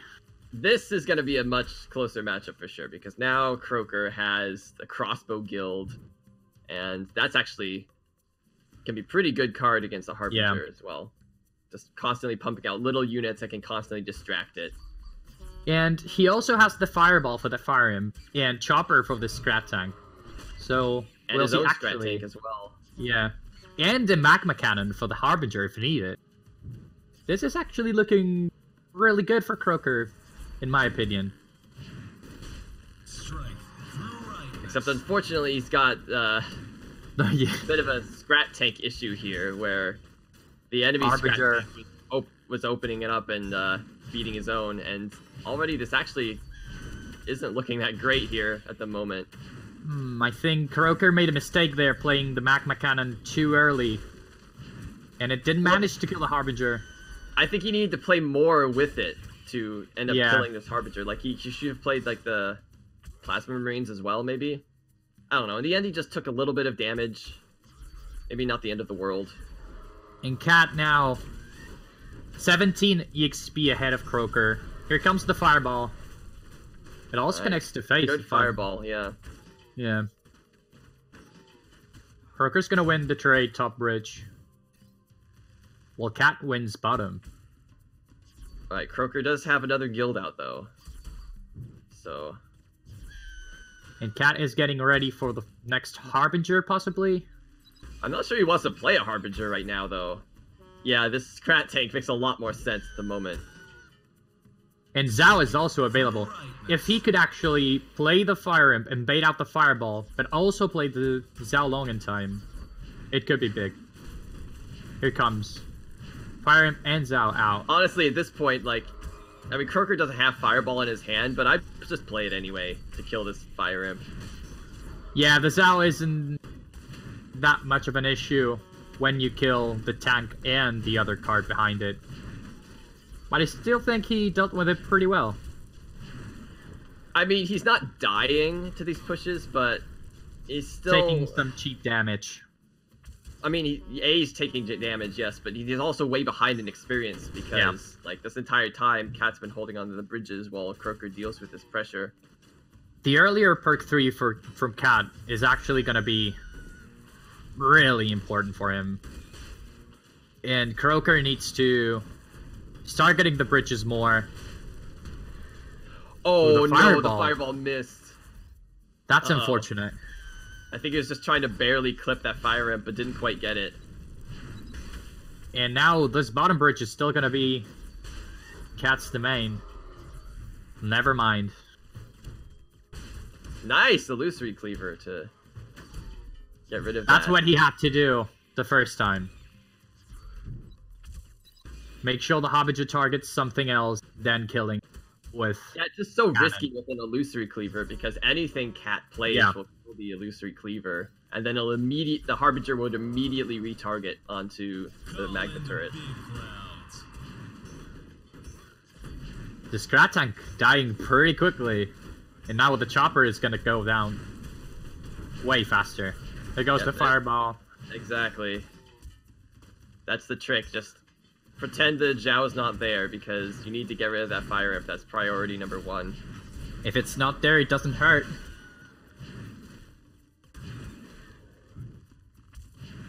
So Cat now in perk 3. Yeah. And taking the bridges is gonna be way more difficult for Croaker now. Look at that, the crossbow dudes are just not doing anything right now. He needs a tank in front of him right now. But he's most likely no. He has to put to defend bottom. Is he gonna fireball? Is he gonna do anything? He goes for it. I mean, a bit late. That fire rip got face hit there. And Zhao is targeting face. I think he needed to be less indecisive there. Yeah. While the Strat Tank is still alive, he took. Yeah, this is an ideal situation for Croaker as well, where Cat's master is focusing on the Scrat Tank and the pings are not doing anything. So now Croaker finally getting some momentum back here. But he's still 20 experience away from perk 3, while Cat has been on perk 3 for quite a while now. Yeah, it's just... Ooh. You're right, just a bit too late getting this momentum back like this. He's actually playing the fireball to kill the fire, but while Zhao's on the field right now, still a good call in your opinion. Yes. I feel like the Zhao is starting to be... because Croaker doesn't have anything else that can deal with it. Otherwise, the fire imp is just gonna clean everything up repeatedly. Yeah. Like not only are you just killing the fire imp for 4 mana, but you're basically saving like 4 mana worth of your own stuff because the fire imp would have killed it otherwise. But really, despite that, it doesn't look like there's much. The fire imp hits the crossbow dude, but it's also targeting face with this. Oh, the Flightless Dragon almost finishes Croaker, and now he's only 29 HP away from dying. Yeah, well, Cat's about to hit Mana Frenzy as well, so it's just like there's not really much you can do about this. I think that the Scrat Tanks were just way too much for Croaker to deal with here. When Cat hit Mana Frenzy, Croaker hits perk 3. And we see the Cat Stormbringer being way more effective in terms of bridge grabbing and trading. Yeah, this is pretty amazing to watch, really. Yeah. I mean, I'm happy that Cat is at least winning dominantly with a deck that we haven't seen much of before. Like, he's brought something like similar Stormbringer decks in the past, but he hasn't played them much because he's just like won a bunch with his other decks. This is the first Harbinger I see from Cat in like ever. I mean, usually I think he brought the Mordar with that Harbinger deck last time as well. It got played. Oh, you're right. You're right. I'm thinking about the Stormbringer. Yeah, you're right. He hit it. But now it's Cat playing against Croaker's Mortar. That also has a Harbinger, if I'm not mistaken. Yeah, it also has a Harbinger. Yeah, and I do think Harbinger is a little bit better in Mordar than it is in Stormbringer. Like, being able to res them is pretty nice, for sure. But at the moment, he does need to make sure he doesn't die to these whelps, of course. Okay. He also needs to try and hit perk 1 as soon as possible here. Yeah. It's going to be pretty decisive to get either the Shield Guard of Light or Harbinger here. Here comes the first Harbinger. Ooh. Divine Warrior not in time to actually tank the first hit. I mean, Cat's Harbinger takes 1 hit, and he's still got to take another hit, of course. And now this is Scrat Tank who's gonna actually tank for this Harbinger. Yeah, and this is looking pretty good as long as Croaker just doesn't play any small stuff by accident here. He's gonna res something good. This looks like if he didn't Daggerfall the Harbinger, he would have gotten a Harbinger. Maybe he wants the tank. Yeah, because the Harbinger was about to hit his own. And the Tombstone was up. But maybe he is more confident with the Scrat Tank, right? I mean, it forces Cat to play something else in order to deal with the existing Harbinger. And then, yeah, like you said, he gets a Scrat Tank res as well. So, I wouldn't say exactly that's a misplay from Croaker. Now we see the Shield God of Light pushing top, and Cat not answering it still. Because it didn't have actually cards to efficiently kill the Shield God of Light. And it's now going to use a Fire Imp. And of course, it doesn't do that much damage, so Cat can afford to just take the hits. Using HP as a resource for the moment. Yes. While already having perk 2, Croaker is getting closer to that point. When I feel like Mortar's going to shine perk 2. Oh, okay. Here. His Harbinger's going to take out this Fire Imp. Good. Good time on the hit on the Harbinger there. Yeah. Another Scrat Tank res. Yep. Air Squad coming in, although the Scrat Tank is going to just tank all of it up, of course. Yeah. Smiling. Perk 2 available for Croaker now. And we see the second Tombstone down. Oh wow, that Screaming Scrat like distracted the Shield Guard bottom lane, which then allowed the Scrat Tank to close its lid. Wow, there's like a whole bunch of things going on there. That was really good play by Cat. Very good Screaming Scrat. But let's see, overall, I mean, this is definitely, the Cat is winning this game the least. I still think he's winning slightly, but very slightly here. Like, he's still up on EXP, but now Croaker having perk 2 available might turn things around. Yeah. He has 2 Scrat Tanks on the field now. No very Zao good out. Screaming Scrat from Croaker to save his Soul Stealer with 3 charges. Although, Cat did have a illusory cleaver in order to take it down. Tombstone ready. It's most likely going to give him a Scrat Tank back. Yeah, Cat is really struggling here because these double Tombstones is really difficult to keep up in value here. And not only that, but whenever Cat has to deal with a Scrat Tank, he most likely is going to try to kill it on his side of the field, while Croaker is taking the XP from the bridges. Croaker making a bit of a mistake there. He played an illusory cleaver. Yeah. Which isn't going to die immediately. Like, Cat has the opportunity to res it. No, he didn't see it, though. He didn't have anything to actually kill the... Oh, really? No even any small units, like his own illusory cleaver? He had a Scrat Tank, but he had no mana to play it.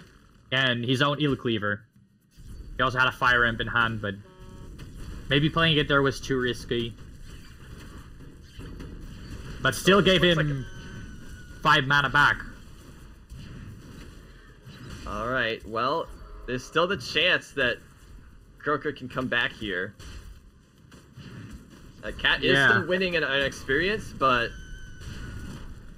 Croaker's catching up. Croaker is catching up, and Cat is Arc 3 now on HP as well. That Cat has to pay attention to how much HP he has, make sure he doesn't die to any of these pushes, which is going to be very difficult because now these all of these minions that get rezzed by Tombstones have Frenzy. Imagine if he gets a Harbinger or Soul Stealer, even the Shield God of Light with Frenzy. This is what Croaker needs. Another Scrat Tank res. And of course, as like the mana ramps up, these Harbingers get better and better. You can see that Cat's not playing any of his Harbingers just because he knows that it's just gonna die. Disadvantage against the opponent's Harbingers. And whoever can play Harbingers here is like a huge advantage because they become better and better as the game goes on. Like, they tend to stack up more and more. Another Scrat Tank res. 2 Harbingers on the field. Shield Guard hit in face. This looks like game over here. Yeah, you can see just Cat falling apart here to these Harbingers. Like, you can't deal with these and the incoming other Harbingers and the other units and all the reses. It's just too much. And here comes another Scrat Tank res, maybe? But no, this Harbingers is just melting everything Cat played. Look at the Scrat Tank. Yeah, it's over at this point. There's no way. Wow. Alright, so Cat, we finally see him like losing a game in the top 8. And Croaker. all it took was a Mordor. extremely value-oriented Mordor against one of Cat's not value-oriented decks. Yeah. Over the start of the game, I saw Croaker throw a Daggerfall and intentionally trying to res the Scrap Tank instead of the Harbinger, but I feel like he intended that. I would not have done that because I feel like Harbinger might have been better, but still he has proven me wrong.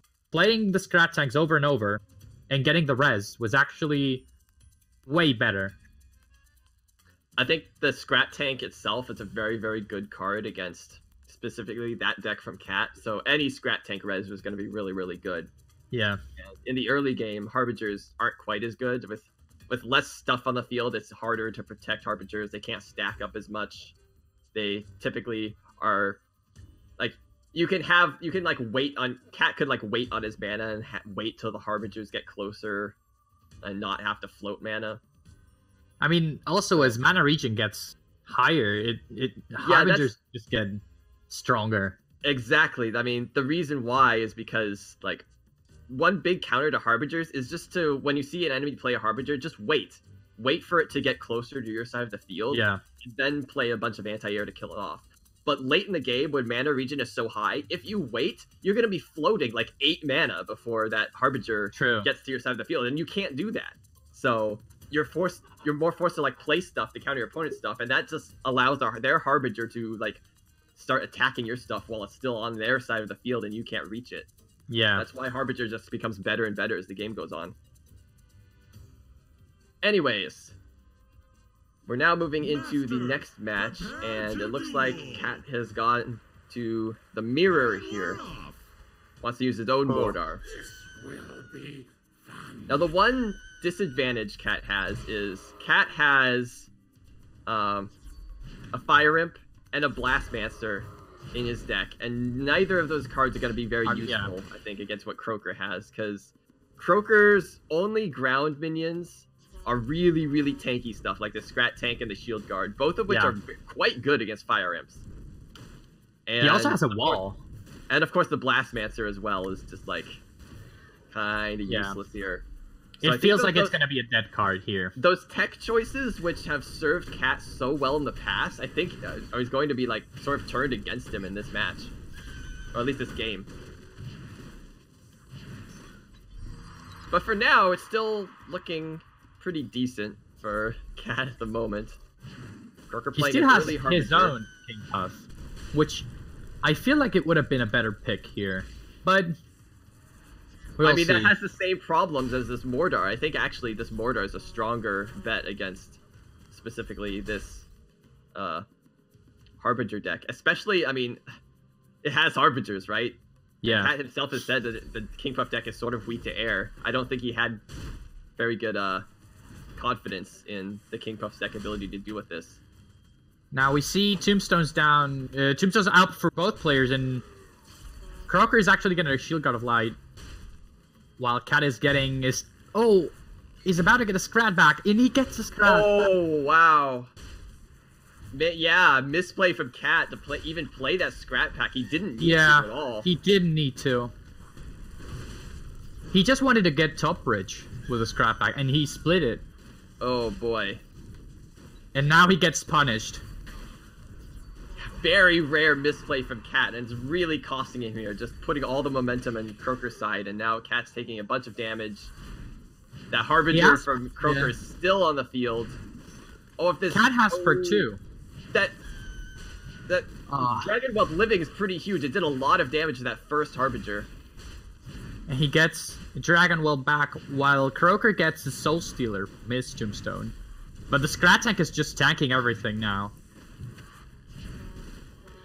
Here comes another Scrap Pack. Another bad res from Cat. I'm fairly certain he did not want that, that Dragon Whelp, although it is doing a lot of damage to the Scrat Tank at the moment.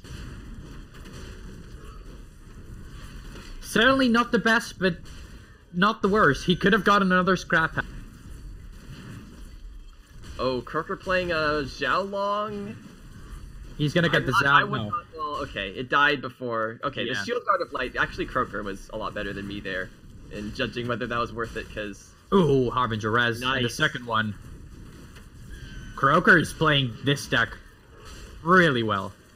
Yeah, for And sure. just- Like, he's been getting a lot better reses than Exactly. Cat has. Although, I mean, of course, here's the thing. Like, Cat still is ahead on experience just by the nature of Cat's decks. Like, a little bit more like Control-ish. oriented, yeah, than Croaker's decks. Whereas Croaker's like much more focused on like winning the overall fights and getting good reses and trying to push face. That's Which one I think that's probably going to win it for Croaker in the end, to be fair. Like, this game looks like ending up the same way that the first game did, where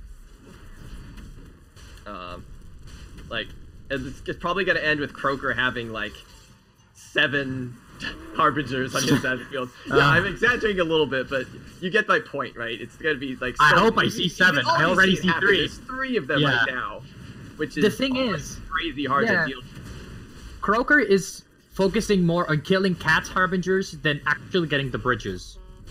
Yes. And this is what I think it's going to give Croaker a better chance of winning the game. Yeah, he's just trying to stack up. Yeah. Game. Oh, oh, yes, okay, good. He did good. Daggerfall that right in time because those tombstones are going to come up. That's really huge. And he's not going to get a Divine Warrior and Scrat Tank, whatever. No. Well, likely going to get the Warrior back. Okay, no, the Scrat Tank. Now the problem with Croaker is he's like ran out of big units to play, and he doesn't want to play any of these small stuff when he has these tombstones out. I guess he can play this now, but probably way in the back because he doesn't want that res either. Yeah, there he goes. Another Shield God of Light res. And now this... And it looks like this Harbinger can't be saved. Yeah, damn. Harbingers, and just Croaker just... Look at this! Yeah, this was Croaker's plan from the very beginning. Just, like, have a better deck focused around having this possibility happen. And just as we said, the Blastmancer is a dead card this game. Cat has never played it. And now 3 Harbingers, one of them targeting face, one of them goes down to the mortar. And it just all at once, Cat's just falling apart with all these Harbingers. This is like the big payout from Croaker's strategy, finally. Now, it looks like Cat low. might actually still just barely hold on here. These Harbingers somehow like stopped going face and instead targeting there's these, 3 Harbingers. One of them is going to die to mortar. The other one is about to, but there's a Soul Stealer targeting face, dead by the Harbinger. Man. This is intense. It just looks like... Well, okay. Cat is barely holding on here. He just managed to beat all the Harbingers. But now the problem is... Croaker... Does he have Fireball in his deck? No, he doesn't. No, he has Daggerfall. Daggerfall, okay. They are both in perk 3. Will end the game. We just need to see... There he goes.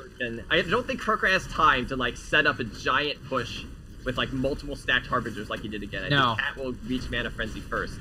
The best call would be to cycle Daggerfall at this point. Exactly. But he also needs to survive because now it looks like things are turning the other way where Croaker is the one under way too much pressure here.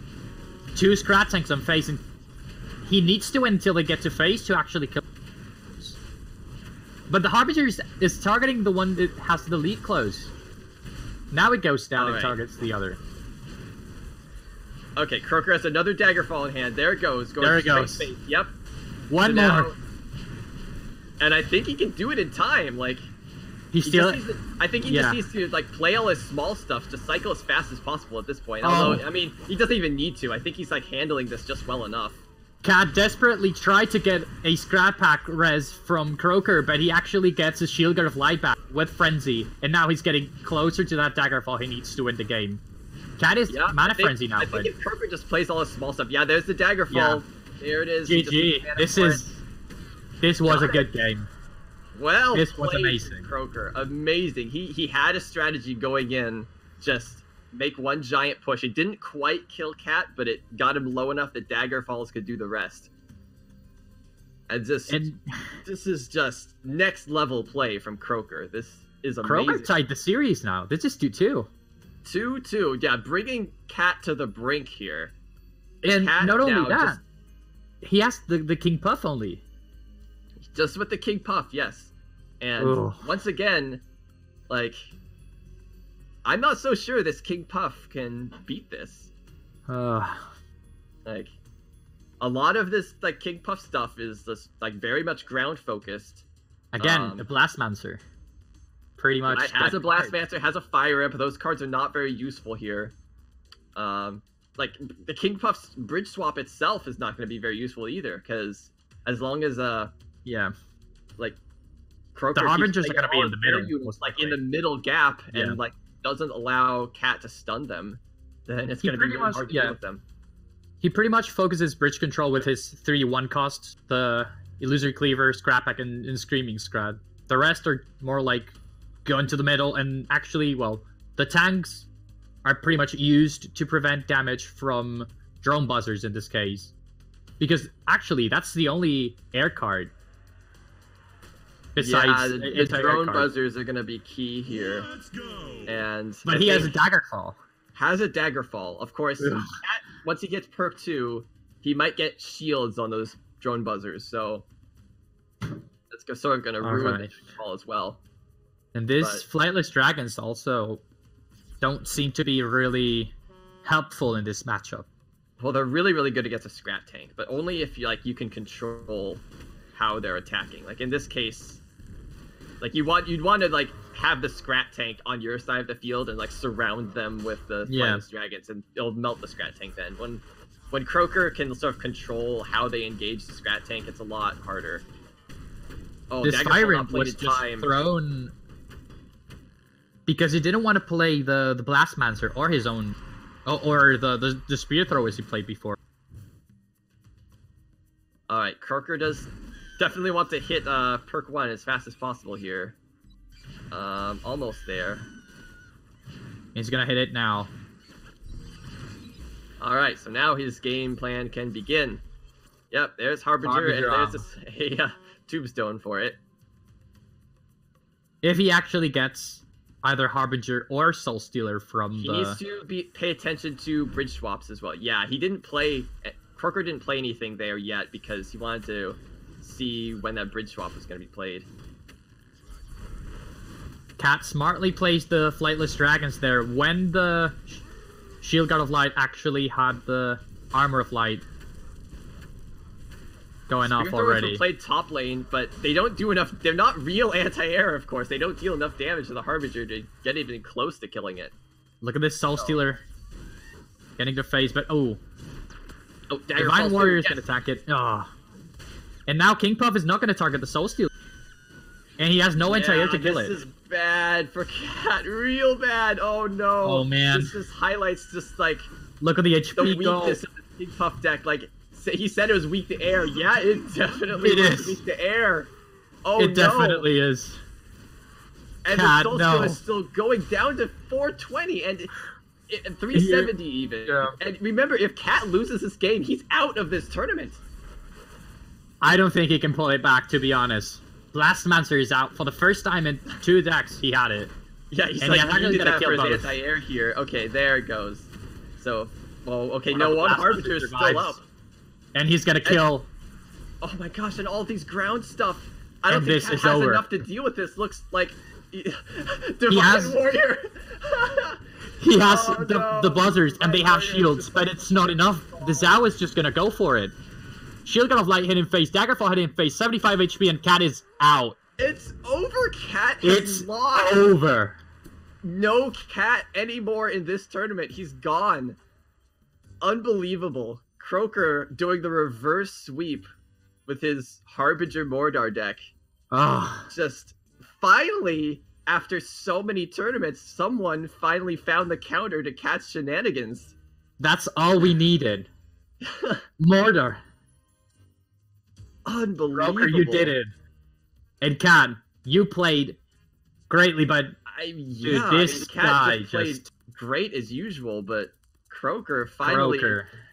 like innovating enough that finally finding the answer to this sort of style where just like the sort of the Swiss Army knife style that Cat has, where he just like has decks that basically counter everything. Finally Croaker finds a deck that doesn't get countered by it. The one tool the Swiss Army deck was missing was a way to deal with just like stacking Harbingers and really tanky stuff to support it. God, that Mordor, I'm just shocked. One push was enough to actually destroy Cat completely. Just one soul steal, not being targeted by King Puff, was just enough.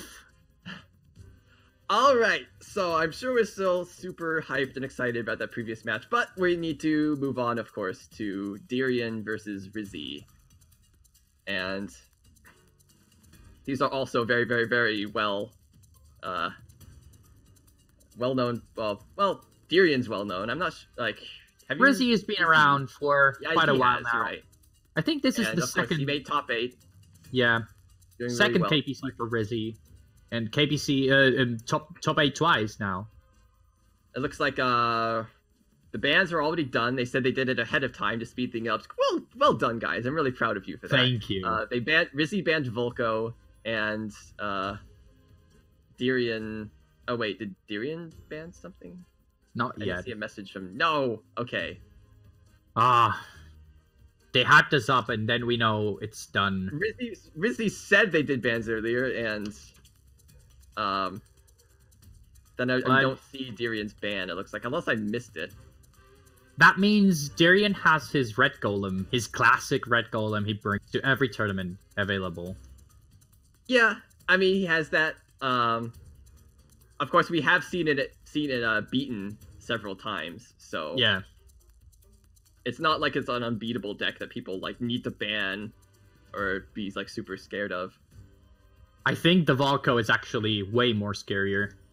In my opinion, Volko is always going to be the most dangerous Masters for tournaments without the wildcard, with no wildcard format.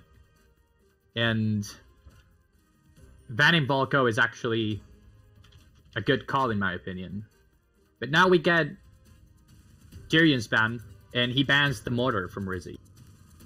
Yes. Which also has a Harbinger, Shield Guard of Light, so I think that's a fair ban, Tyrion.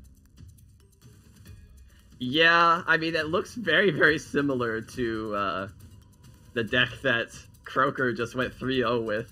So I have to imagine that's a very good reason why Tyrion banned it. I think a lot of like Tyrion's decks don't look like they have good ways to deal with the Harbinger either. Although we've got a Fireball in a few decks. So, I mean, of course, that's not enough to outright kill a Harbinger, so... Yeah. I don't know, just Harbinger, very difficult card to deal with overall. But, Rizzi, I mean, Tyrion doesn't have to deal with it.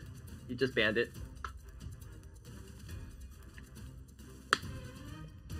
Rizzi has a King Puff deck with Shadow Whelp in it. Ooh. I've not tested that card enough, but I feel it's really strong. But I mean, I imagine it'd be pretty good against the Red Golem, possibly. Like, as long as they can keep the, I mean, the problem with, like, against the Red Golem is, well, he's got a Plasma Marines and Stint behind it. Daka. Well, Daka. Well, does Daka hit cloaked units? I think it does, yeah. It should. Oh, well, wow. Ratbo, you madman. Ratbo, eagle eyes, then. Okay, we've gone to our game now. Tyrion has played Mordar against Rizzi's King Puff. King Puff. And let's see. So this is of course, the deck with the Shadow Whelp from Rizzi. Yeah. Of course, it's not going to be very good against this defensive chopper that he has here. And that's sort of the problem, I think. The biggest problem I have with the Shadow Whelp is it just sort of dies to all the same things that regular Dragon Whelp dies to, but it costs It might get more. one cheeky hit, and that's it. Although it's good that you can't reveal it with the Curse Bearer. True. And I guess, like, to be fair, like, the opponent can't just play, you know, like, Plasma Marines to kill a Shadow Whelp, because it's invisible, and the Shadow Whelp will kill the Plasma Marines instead. But, I mean, there's lots of other stuff that you can do instead of Plasma Marines. Rizzi swaps the bridges to get the Succubus Raz instead of the Cleaver. Which might be what Tyrion wanted. Oh, this Blastmancer is gonna get anything done, sadly. Yeah, the Screaming Scrat is not enough to make it survive.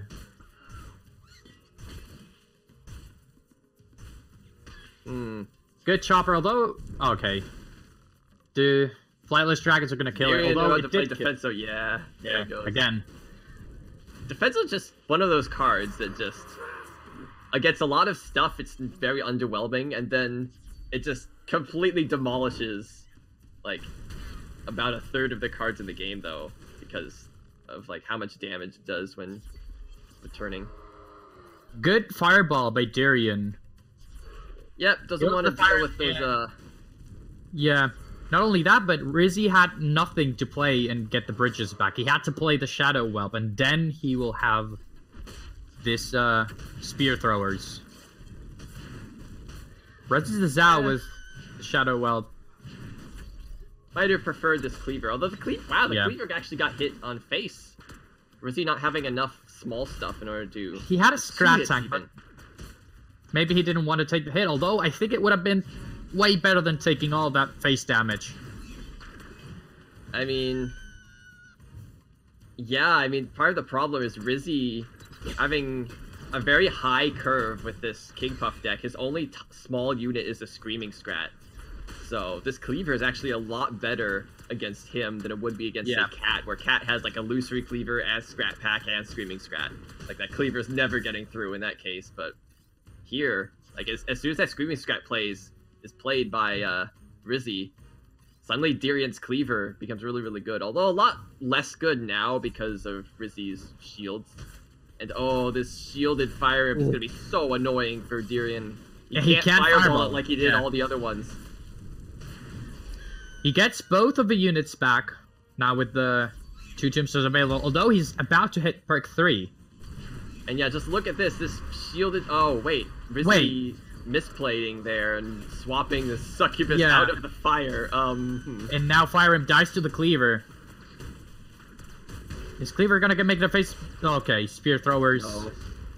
With these shields now, I think honestly... Yeah, but he's gonna get it back with Frenzy now. Maybe he has something to play behind it. There's a Shadow Whelp. I kind of feel like a Frenzied Cleaver is not actually even that good at the moment. Like, he's getting these Frenzied Cleaver res, although Rizzi might not have anything now. No, of course, he does have something. Yeah, and also with the shields. He dealt with a Cleaver and 2 Frenzied Cleavers. And it didn't really take a whole lot to do it, because of all these shields. That said, Rizzi's losing by a lot. It's not really like a game-breaking play here. Rizzi could have swapped the bridges there and used that same Fire Imp hat top bridge to kill the Drone Walker and the Whirly Scrat, but he opted to play in the chopper in front of the Blast Mansa. Tombstone available is about to get a chopper, maybe? Most likely. There it goes. Yeah. I honestly think that's kind of a better res than the Cleaver. Yeah. All these shields are making the Cleavers. Yeah, and most of the units Rizzi plays are melee. The Shadow Whelp, the Flightless Dragon, his own chopper, the Scrap Tank. Wow, even the Frenzied defensive chopper couldn't even deal with this Flame Imp, though. So maybe I'm wrong. Tyrion... Yeah, it's 30 XP away from Mana Frenzy, and Rizzi is still not in 3. He's about to get it, but... Maybe Tyrion's best res is the Succubus, actually. Uh-oh, Rizzi just wasted mana. Well, I guess... 4 mana. Not a waste, like... No, he then swaps the Succubus. He will get it, yeah. Okay. And he gets the Frenzied Succubus this time. In the end, that Fireball was a waste, then. Clearly. Oh, Succubus blinks out of the fire. Oh. He's gonna die to the Fire Imp anyway. Man, this Fire Imp just kills everything. Too good. It is kind of too good, huh? And here comes the Zao res. Now the Fireball is gonna be dangerous for Rizzi to play. He can't afford taking more face damage. Although, Tyrion is about to hit Mana Frenzy. And Tyrion can kind of just, to throw Fireball face twice and just... There goes one of them. He realized Mana Frenzy. Gonna keep him afloat for this time here. Rizzi needs that top bridge at all times. I mean, he can't allow these Dragon Whelps to hit him, of course. Okay, there he goes. He placed something. Playing a little bit risky, allowing the Dragon Whelps to hit him at all, really. Like, this is the one way he can lose, is somehow taking enough damage. Too greedy. Okay, now he just needs to... do that. There he goes. Well timed by Tyrion. I was about to say, he threw the fireball too early, but no, he had a plan. Alright, game 1 goes to Tyrion, and King Puff from Rizzi is out of the competition. Well, not forever. I mean, if Rizzi wins this match, this King Puff comes back. True. Out of the competition against Tyrion. Yes. He can play now his Stormbringer or Setsu. Interesting Setsu deck as well. I think we see that earlier. I don't know. Maybe it was a very similar Setsu deck from someone else. He gets to see it now, though. I'm not sure. Yeah. Let's go. Shield Guard, Empowered Soul Stealer, Lone Wolf. Very, very high power cards. He's also got Flightless Dragons, which of course have absolutely insane DPS. And he's got a Black Hole to protect all of them from Tyrion's Fireball. Tyrion tried to get the top bridge with a Elo Cleaver, but when he played the Scrat was still enraged and just went back and killed the Cleaver while keeping the bridge for Rizzi. It's still 1 mana, but early on, it still counts. Yeah. Alright, now I got the here. Tyrion taking an early experience advantage, although, I mean, this is very, very scary already from Rizzi. And Werewolf backed by an Empowered Soul Stealer. This Empowered Soul Stealer is going to get... And Rizzi has the jump now. Ooh, but good Fireball from Tyrion. Tyrion Fireballed. I'm not sure if Rizzi had the Black Hole in hand. He might have protect... Oh, misplay by him. He didn't. Able to protect the Empowered Soul Stealer. That would have been huge. Yeah, he was focused on playing his own Fireball and then jumping. Maybe he was not ready for Tyrion's Fireball. Yeah, like, Black Hole's one of those cards you need to be ready to play at any moment in time, ever. Like, this Shield Guard, okay, like, his first charge failed for some reason. That was kind of weird to watch. Yeah. And now we have Tyrion's Cleaver Res. Yeah. Which is going to be way more effective this game. No shields to deal with. Not having as many like small stuff in order to protect it like last time. It's basically going to be like the last game pre-perk 2, except like the all game because Rizzi will never get shields. He's about to get a Chopper Res. I think Tyrion will be pretty happy with that. Yeah. Mainly because of the Lone Wolf. Although they play into different lanes, but... Alright. Let's see if Rizzi can protect this Empowered Soul Stealer a little bit better this time. He needs to be hovering over it with Black Hole, like, right now. And anytime he plays a card, he needs to immediately start hovering Black Hole over it. You need to do that to react in time here. Here comes... Drawn Walker. Killed by the Fireball and rest. When Setsu was trying to get rid of that bottom tombstone. I think the Soul Stealer is taking too much chip damage. It's gonna die to more auto attack. It does still get quite a bit of damage in. 200. Not bad. Definitely something Tyrion does not want from a 10 HP. Yeah, I mean, at this point, any damage Tyrion takes is really bad for him because we just know how much Setsu can deal with his perk 3. Yeah. Like, you're down below half. Oh, I'm not sure if that Black Hole was in time. It might have been. I think it might have been. We'll have to see. No, it wasn't in time. And Succubus kills it. Oh, and the Crip Rage emote from Rizzi. Yeah. And Tyrion is also surprised. Black Hole is just such a tricky card to play. Most of the times you feel like you hit it. Instantly play the Black Hole, or if it's too late. Ooh. This Dragon Whelps are just gonna get melted by the Whirly Scrat. This Cleaver, it's such a good counter to the Lone Wolf as well. If the Lone Wolf gets one-shotted, it's not gonna turn into a werewolf. Ooh. So now Tyrion's struggling a bit. I mean, he does have his next Empowered Soul Stealer up, and this is gonna help him defend against the all the stuff here, really. Although it might die to this Succubus if he's not careful. Okay, no. He does have the Black Hole in hand. Let's see if he can actually Let's see defend. if Tyrion... Yeah, I mean, Tyrion needs to, like, play some tricky stuff to, like, make Rizzi react in some other way to distract him, and then play the fireball on the Soul Rizzi Stealer. is going for the tombstones instead of jumping around the Soul. Maybe trying to defend him, use Setsu as a tank. Okay, Tyrion doesn't even try to fireball the Soul Stealer, but you see how just ineffectively he could deal with that Soul Stealer without the fireball. Like, he still took so much damage, and now here comes another empowered Soul Stealer. Rizzi also allowed 2 scrats to hit his face for quite a long time. Oh no! Rizzi playing the black hole early, and now he can just fireball from Tyrion. Okay, that makes it easy, although... I mean, it's down to 10 health, HP, and the attack from from Mordor, I mean, is gonna kill it. Or... Elu Cleaver. That works too. And then the chopper... Yeah, I'm not sure why Rizzi played the black hole 3. there. 1. Oh, he actually messed up the reload. He did, yeah. He played the fireball too early before Setsu had even shot. A fireball will end the game. True. Rizzi just needs to survive at this point. Yeah. I mean, it's pretty scary push top lane. Oh, here comes another jump from Rizzi. And yeah, that'll do it. And no fireball needed, just jump there. Wow. Alright. Setsu takes down the Mordor. But no Harbinger this time.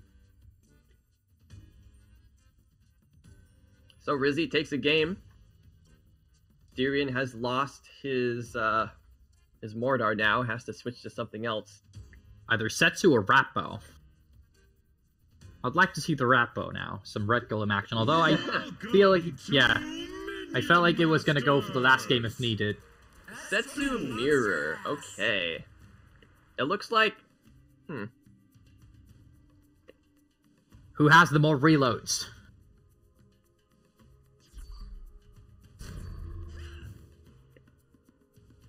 I'm trying to analyze what their decks sort of look like here.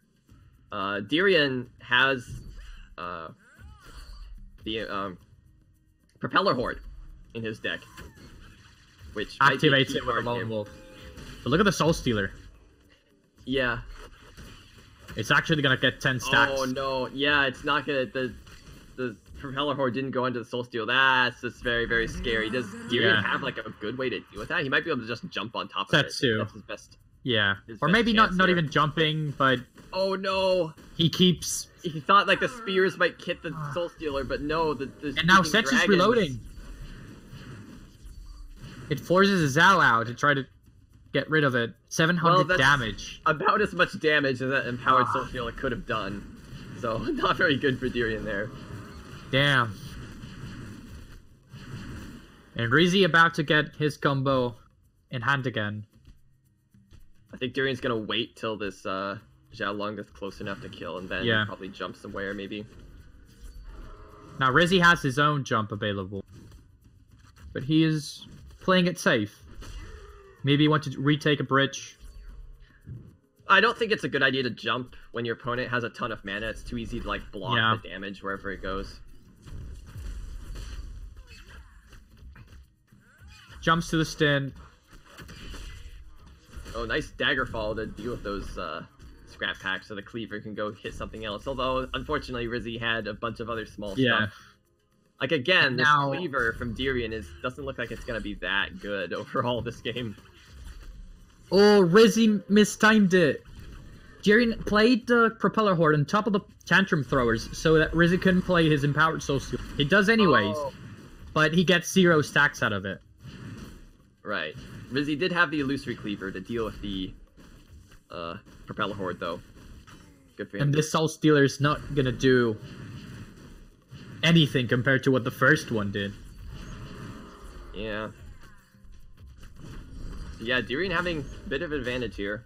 Ooh, real Cleaver plus the Setsu are gonna melt this shield guard. And there it goes.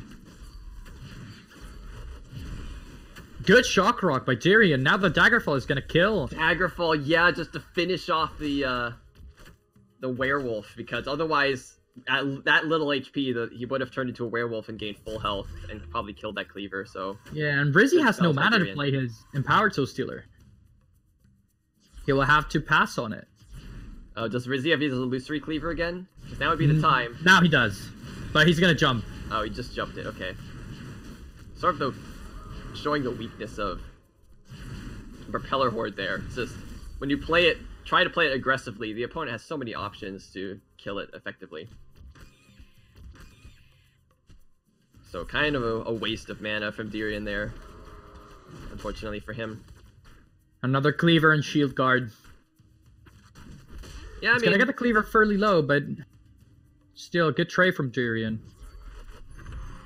like as weak as Cleaver is sometimes, at least it's good at dealing with these. That's a good Setsu jump.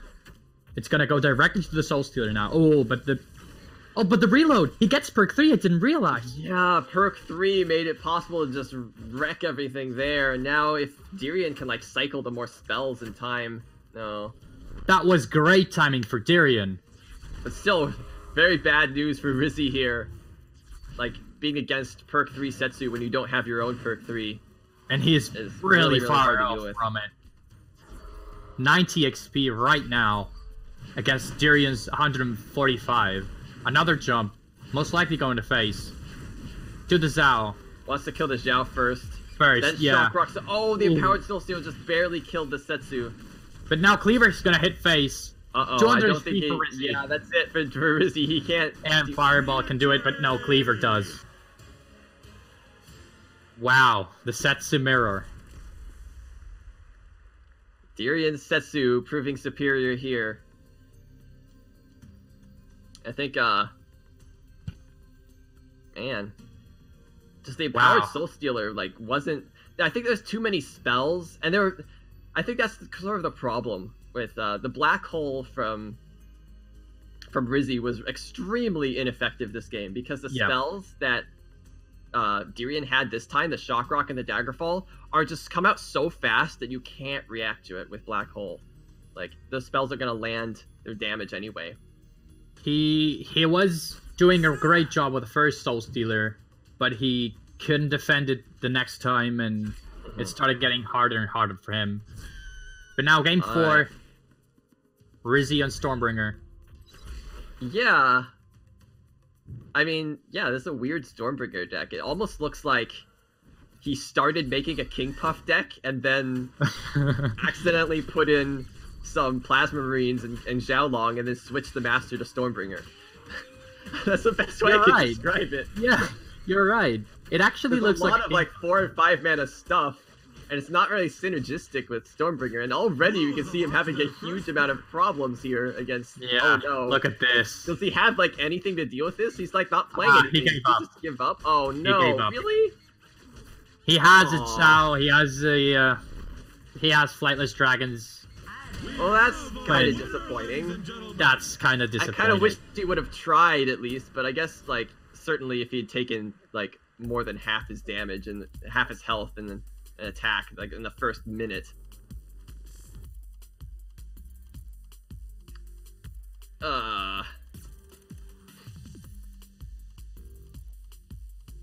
So there we go. That is Tyrion winning 3-1, I believe. 3-1 against Yeah, just Rizzi. lost with his Mordar, but then won the rest of the games with Setsu. Didn't even have to play his Ratbo. No Ratbo needed. I wanted to see the rap bell, but that's gonna be all for me. Oh, right, yeah. Apples is coming back, I take it. Let's hope he is. Alright, well, in the meantime, let's see what the next match is going to be. It's Tomato versus Maddie, is it not? It is. Let's see.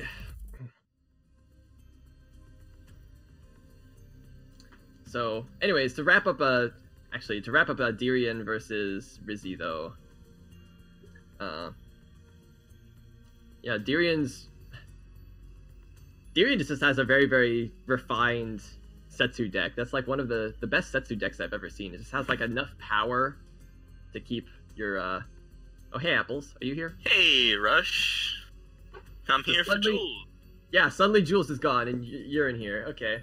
Yeah, the old swap-a-roo real quick. A little bit of a bridge swap. Bridge swap, yes. You're on the other bridge. Now you're here. But Yeah, why now did I get swapped? Just I'm too strong to be swapped. Honestly, you're just too good. You know what it is? You were standing right on the edge of the bridge. It was a well-placed unit right there, Rush. Yes, exactly. I'm the most well-placed unit. Okay, enough with this analogy. We need to, let's see, show these guys. Maddie. Show. If I can spell his name, Tomato, it's like hard. Yeah, okay. I had to do a double take when I typed it in earlier. All right, we see their decks. Maddie and Tomato.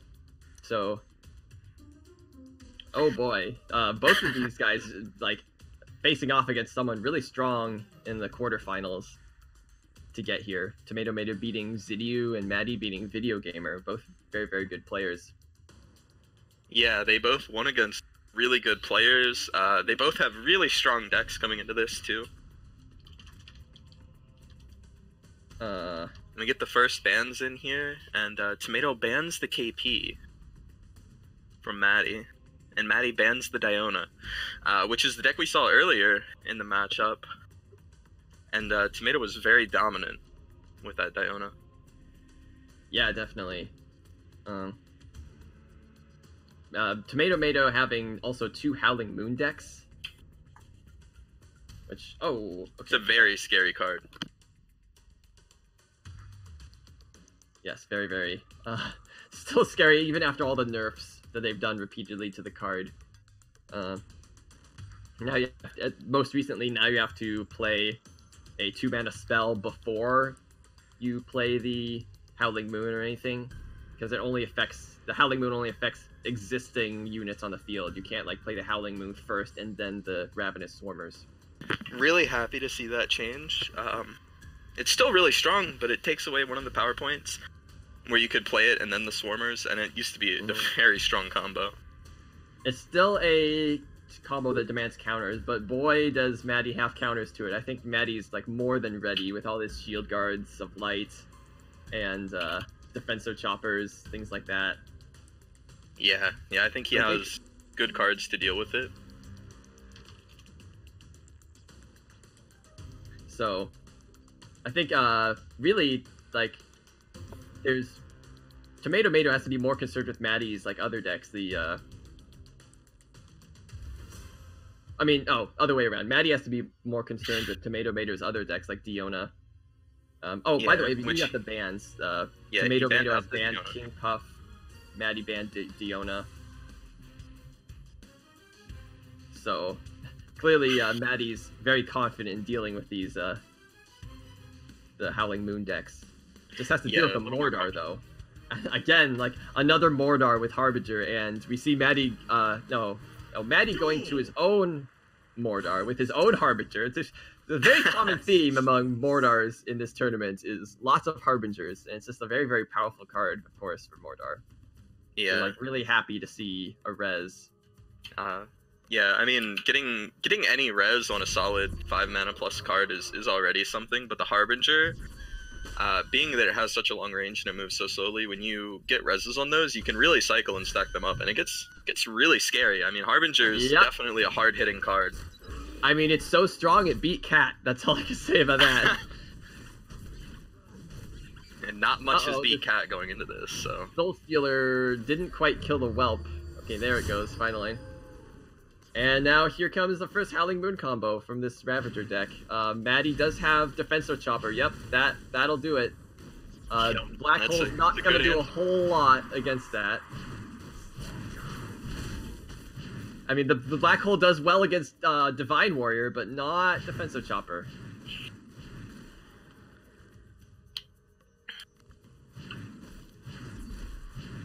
Let's see, does Tomato have something in this deck that can deal with this Defensor Chopper?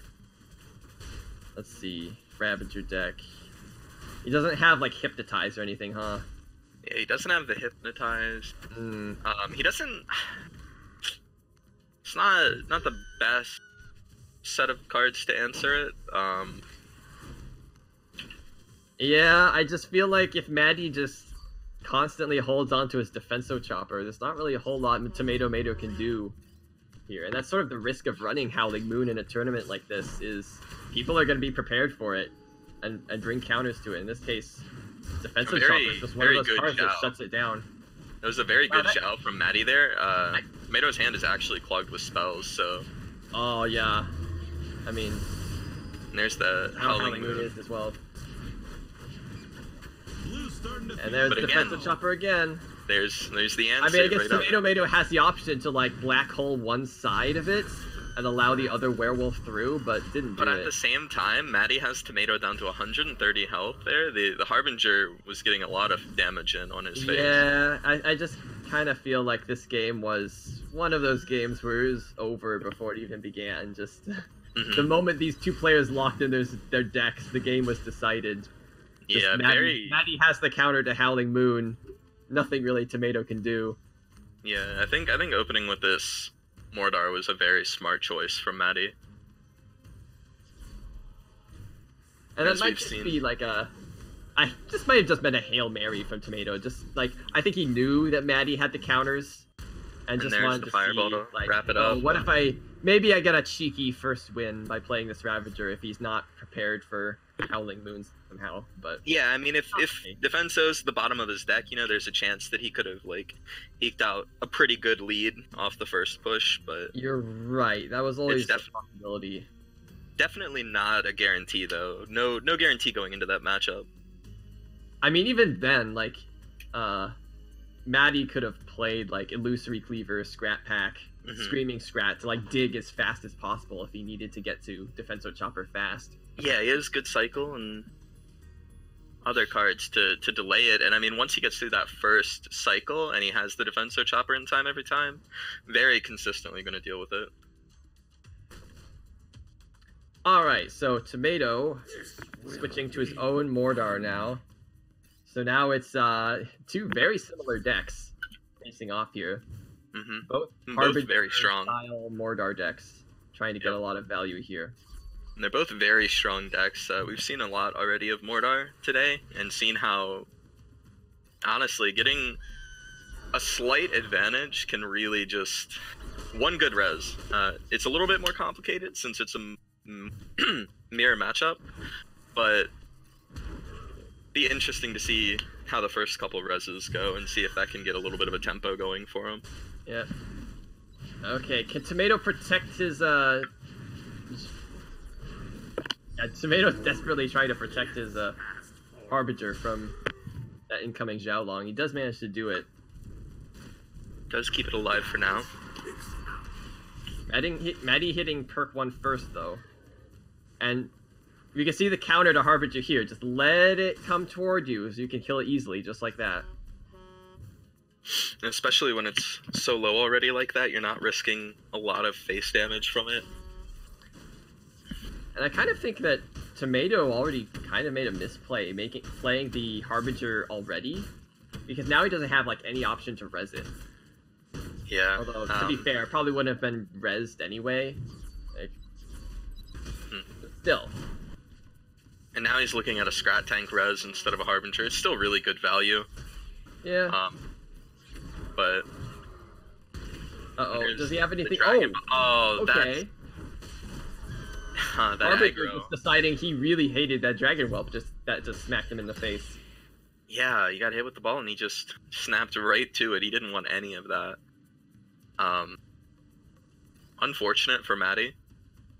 And it puts I'm not Tomato sure what with caused that. Either like something the Harbinger was attacking died, so he instantly retargeted, or possibly the Dragon Whelp appearing like pushed the Harbinger away a little bit. I think it knocked it just slightly out of the aggro range and it re-aggroed to it.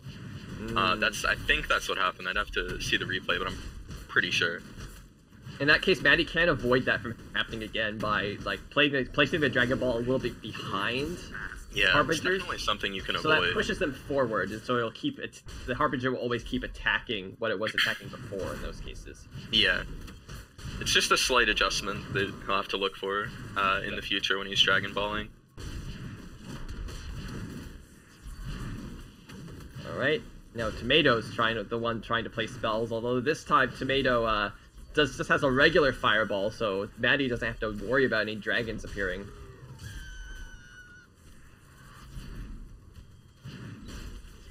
And Maddie with a bit of a tempo advantage here. Maddie managed to kill one of the tombstones, which is always really big in this mirror. Yeah. Getting rid of a tombstone matters a lot in the Mordor mirror matchup. Alright. This is... They're calming down a little bit. Maddie still has a tombstone ready. This is a good push coming in from Tomato on the bot side with the Scrat Yeah, Tank Maddie Harbinger, playing but- the Scrat Tank top lane makes him sort of unable to deal with the stuff bot lane here. And oh, this And the Scrat Tank Xiaolong's gets hitting to his the Harbinger, and the Scrat Tank got the tombstone Harbinger's as gonna well. be taken out. Oh no! So there won't be a res from Yeah, that. big tombstone. misplay from Maddie, allowing that Xiaolong to just wander right into it. Just whoop-de-doo. Oh, look, I found a Harbinger I can kill. Just, really? He lost it to a single Xiaolong. Surely he could have prevented that somehow. Yeah, Man. that's not what you want to see at all. I mean, imagine this situation right here, except Maddie had another Harbinger. It looks so different. Alright. Still, Maddie's still making progress, at least. It's still anyone's game at the moment. Both players Maddie about to hit perk 3. Yeah. Now Let's see they're if he both tries on to play perk another Dragon Ball here. Yeah, he's gonna try and use that to possibly kill the Harbinger, but no. It's not gonna do it, Tomato's though. ready with stuff. And The it looks shield like on the Zhao is going to Maddie's- actually save it from the Harbinger's first hit, Maddie's and own the Harbinger's gonna go die. down again. Yeah. And Tomato is just steady. He's building an advantage here. The XP is slightly in Maddie's favor, but it's a lot of these smaller trades that are going Tomato's way. And it's really starting to add up. You can see this is another really big push coming in. I feel like Tomato's problem is he's not really putting on the pressure enough. I feel like he should be like playing more Harbingers than he is. Like he's often getting a really good advantage with one Harbinger still on his field, but then he doesn't back it up with another and allows Maddie to sort of take the momentum back away from him. Yeah. But then eventually Maddie ends up losing his Harbinger to something silly and the game swings back. But in this case, it looks like Maddie now back with the advantage here with multiple Harbingers, now within a frenzied Soul Stealer he just rezzed. And Tomato taking some damage here. He's going to lose another Tombstone.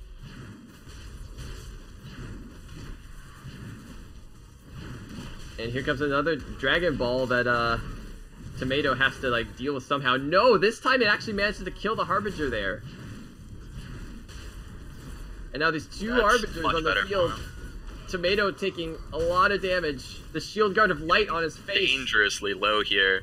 He's actually below Fireball at this point. Yeah, Maddie Fireball has will kill lethal. him. He doesn't even need the activated Dragon Ball. He just needs to get a Dragon Ball Yeah, out. Maddie and sees it. It might not even get to that point. There's a huge push coming in. There it is. Yeah. Alright, so Maddie Yeah, gets really. there, finally, in the end. Very well played from Maddie. The slight So, misplays, he still managed to pull through. so, man. Tomato struggling quite a bit here. His own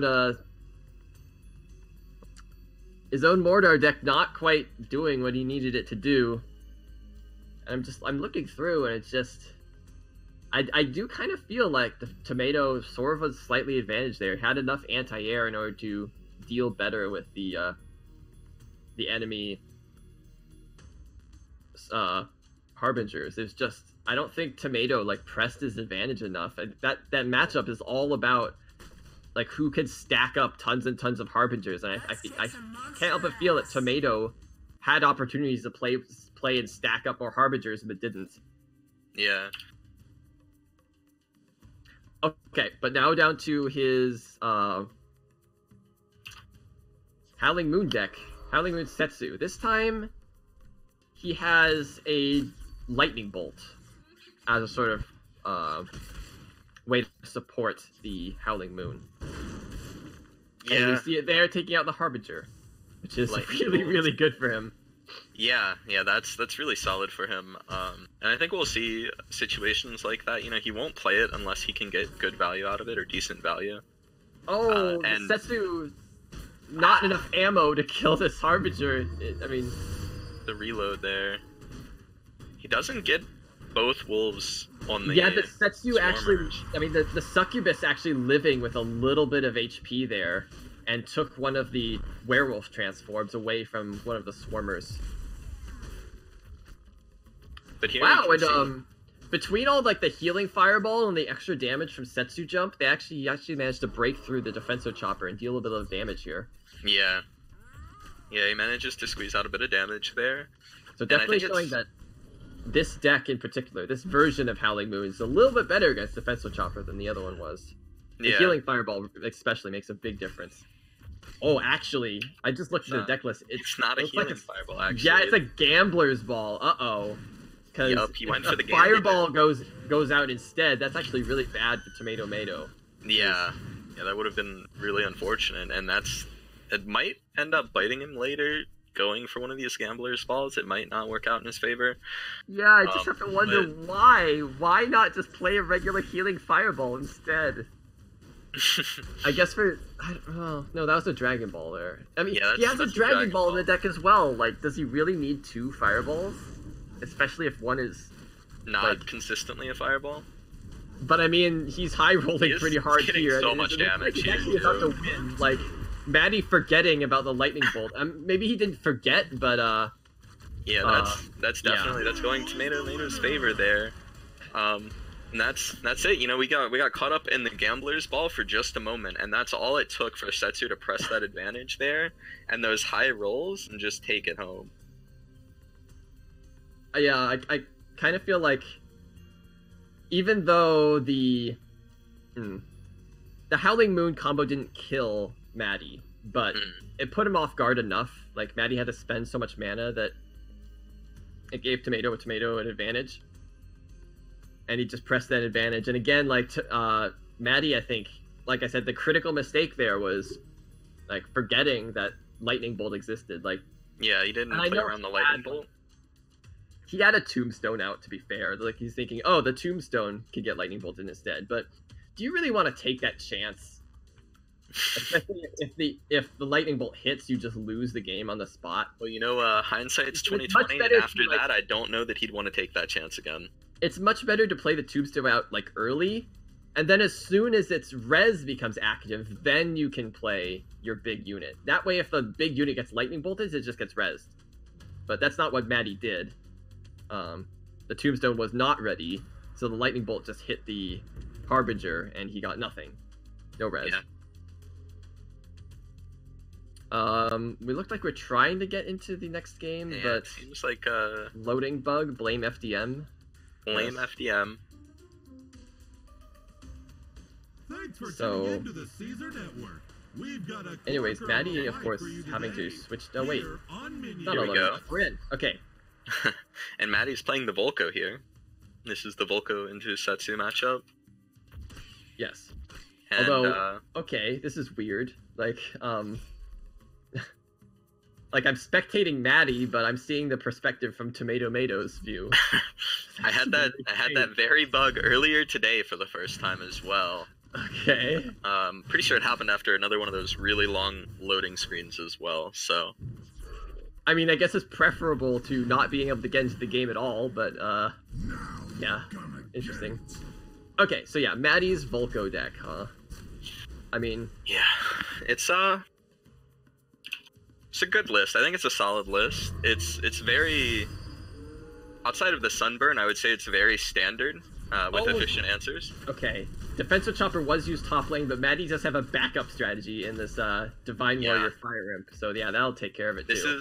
This is definitely going to be a game where Tomato's going to struggle to get value out of the Howling Moon, I think, between the Defenso Chopper, and then he also has the fairly efficient Fire Imp Divine Warrior. Although Tomato does have a Gambler's Ball and a Dragon Ball to deal with that Imp.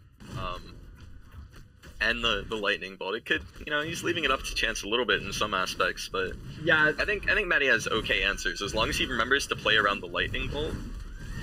I mean, there's not really much for him to like need to play around Lightning Bolt, really. Like, more so if he goes to play like the Defenso Chopper naked, like by itself into the wolves. You know? That's the one way that Lightning Bolt can get any value at all. It's a very quick way to lose if he forgets about it for a moment. Maddie having a little bit of anti-air problems, having to sunburn that Dragon Whelp to get rid of it.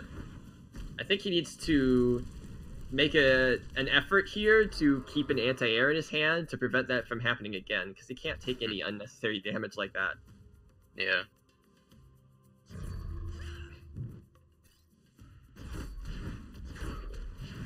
On the same time, Tomato doesn't want to take any unnecessary damage either, but he didn't really have much of a choice there. Didn't have anything in hand in order to deal with the...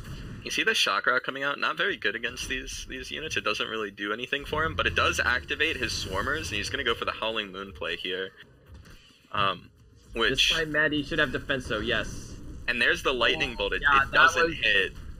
To be fair, I think that was like Tomato's one chance to win. Yeah, like, he was really throwing a Hail Mary there. He went for the hope that it would hit the right thing, and Tomato knew, like, oh, he's gonna play a Defenso Chopper. As soon as he plays it, I'm gonna play Lightning Bolt and just cross my fingers. Of course, it didn't work because it was not very likely to hit, but it's the way it is sometimes when you gamble. There's a chance, and the thing is, at the end of the day, having to take chances like that, being in a spot to take chances like that and not have the guarantee, is very punishing against a solid deck like Maddie's bringing here. And you can see the advantages are just stacked in Maddie's favor. He has double the XP. Yeah. He has the health lead, and on Volko, he's going to burn him down right now and finish the game. It's that easy. I mean, it was smart play by Tomato Baidu. He was playing to his outs. He knew his one chance, like I said, was he plays Defensive Chopper and I Lightning Bolt it. Like, that was the only way to get through. It was his only. It probably was his one into the game anyway. I think like the burn the bridges plus like his werewolves hitting once on the Defensive Chopper was still gonna be like enough damage to basically kill those werewolves. Yeah. Maybe if he did that and then also Gambler's Balled the werewolves and got Healing Fireball on them, maybe he could have won then. But that's a lot, even more RNG on top of RNG. Yeah, I would say I don't think realistically that he comes out in that matchup ahead unless Maddie makes a lot of mistakes that would be fairly uncharacteristic from what we've seen of Maddie so far. Like, he seemed pretty level-headed. I don't think he would make that kind of a large mistake there. All right, well, so I think that's it then. Maddie takes the set 3-1, right? Am I correct on this? Yes. Yes, you are correct. That's 3-1 to Maddie. Wow, that was so much faster than some of the other matches we played. It was just really, really fast games. I sort of got lost. Like, yeah, they went really quickly. It was something. Definitely faster than some of the games we've seen.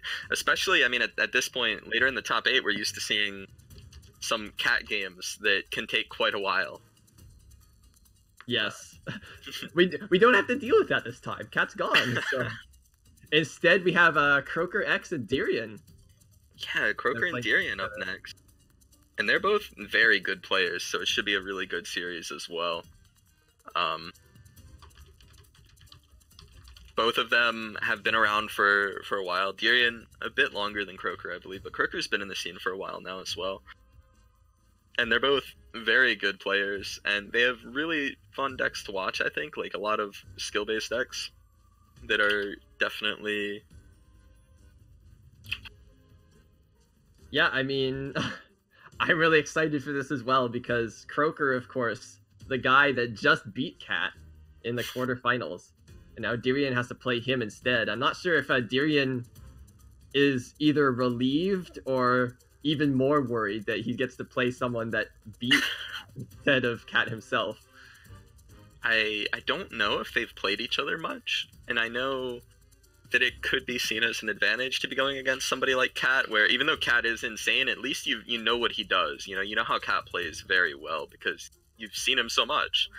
But there's definitely an element of he beat Cat, and now you're up against him, right? And Cat's the guy who normally gives the most fight. Mm-hmm. So, I mean, a lot of the cards here that Croaker does have, well, hard to say. mm-hmm. Like I'm looking over, and I think the big thing is how well can Croaker deal with all these cleavers from Tyrion, because most of Tyrion's decks has cleavers in them. I think looking over Croaker's lists, it looks like he has plenty of answers for Cleaver to slow it down, a lot of the light stuff to block it and stop the value. I guess really, the one worry is like the Ravager from Croaker has the Lone Warrior, which is very vulnerable to Cleaver, of course, is prone to getting bursted down from above half HP to death in a single hit. Yeah.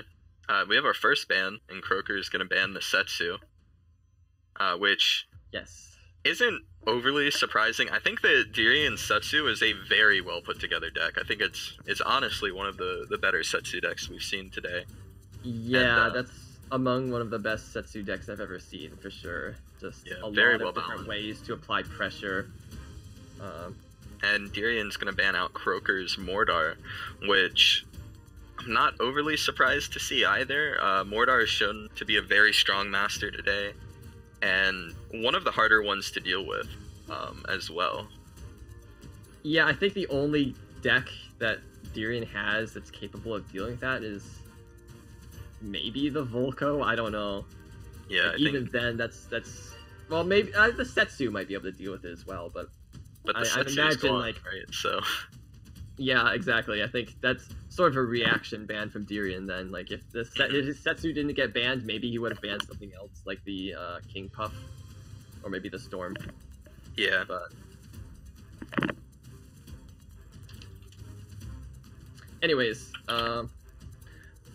so what other interesting things in this matchup? We've got a Blastmancer from Croaker X King Puff that we might see at some point, and that's actually kind of decent against several things that Tyrion has. He's got things like Swarmers and Plasma Marines in a lot of his decks, and even like Zhao Long and Tantrum Throwers in Tyrion's Setsu deck was banned, of course, right? Yeah. The only deck though that Blastmancer is truly bad is probably against the Mordar. There's not really a whole lot there that Blastmancer can do well against. Yeah. So if we do see, probably not gonna, well, maybe not see the King Puff deck right away then, just because that Blastmancer might be a bit of a liability. But if we do see that King Puff deck, I don't expect Croaker to play that Blastmancer that much. Probably gonna rely on all the other stuff, and there's enough stuff in there to actually play a game. Yeah. There's 1 second.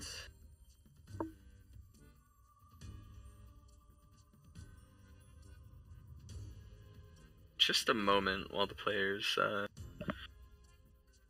get into lobby. There were slight technical issues for a minute there. Yeah, and sorry, I feel like I've been talking nonstop for like 2 hours and need a drink of water finally, so... Yeah, that's a good idea. You should stay hydrated. Chat, you should stay hydrated too. Very important. Okay. Loading. Yes, we have the game now. Tyrion on Mordar, Croaker on his Stormbringer. So the name of the game here is going to be that Crossbow Guild from Croaker, and how well Tyrion can deal with it. Tyrion, like, he has a Fireball, which can chip away some of the guild's health. And really, it's more about, like, Tyrion needs to, like, constantly put together, like, really strong pushes that he can put the pressure on the opponent as much as possible. Very capable of doing that with this Mordar list. Definitely has good value cards that can build strong pushes, on top of having so many good res options here. Yeah, he just needs. The problem is he's gonna be a bit. It's gonna be hard for him early game, as you can see. Like without any reses ready, it's hard for Mortar to get his value game going at all. Yeah, the Scrat Tank guild there was so good from Croaker too. It got a lot of value. That's 1,000 life off of Tyrion already. And while you don't always play around HP, it's important not to lose it all, right? And that's a third of it gone off of the very first push. He does have the tombstones now, which will hopefully give him a little bit of help, but... Yeah, I'm not so sure about ever playing this,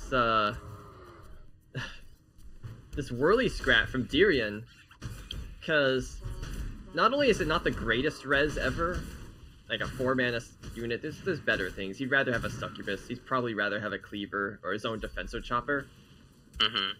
And Croaker also has his own Defensor Chopper as well. Yeah. Which is really good against the Whirly Scrat. The Scrat Tank is also fairly good against the Whirly Scrat as well.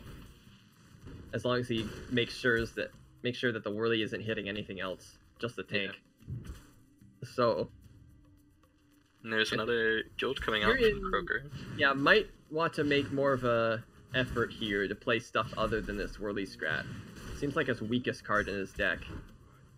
And another quick fireball to deal with that Drone Walker there, which is going to get him some good value out of these crossbowmen from the guild.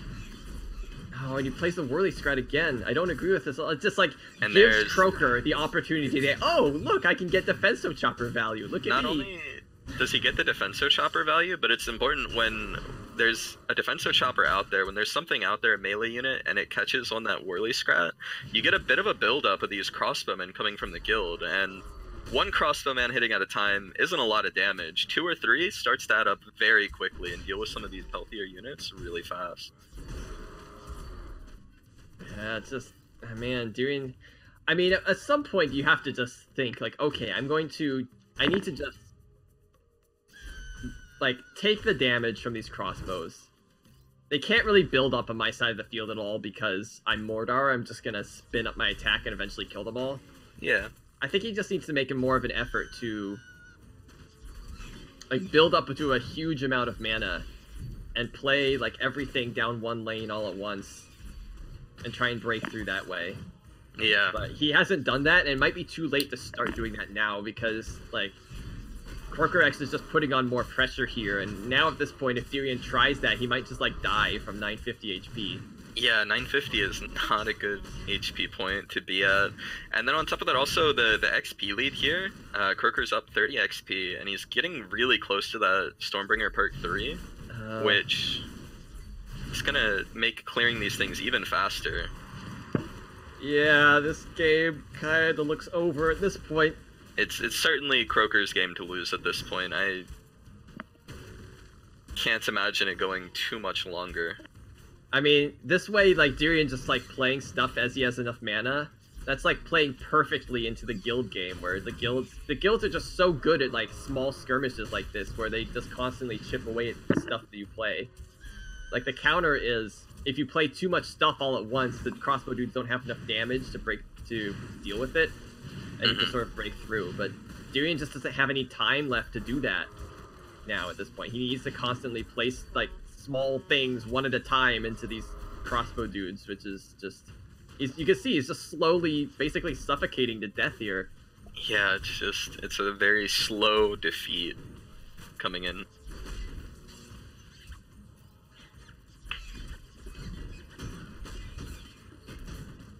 So let's see, I mean, he's trying. This is like the most stuff Tyrion's ever had at the field at once.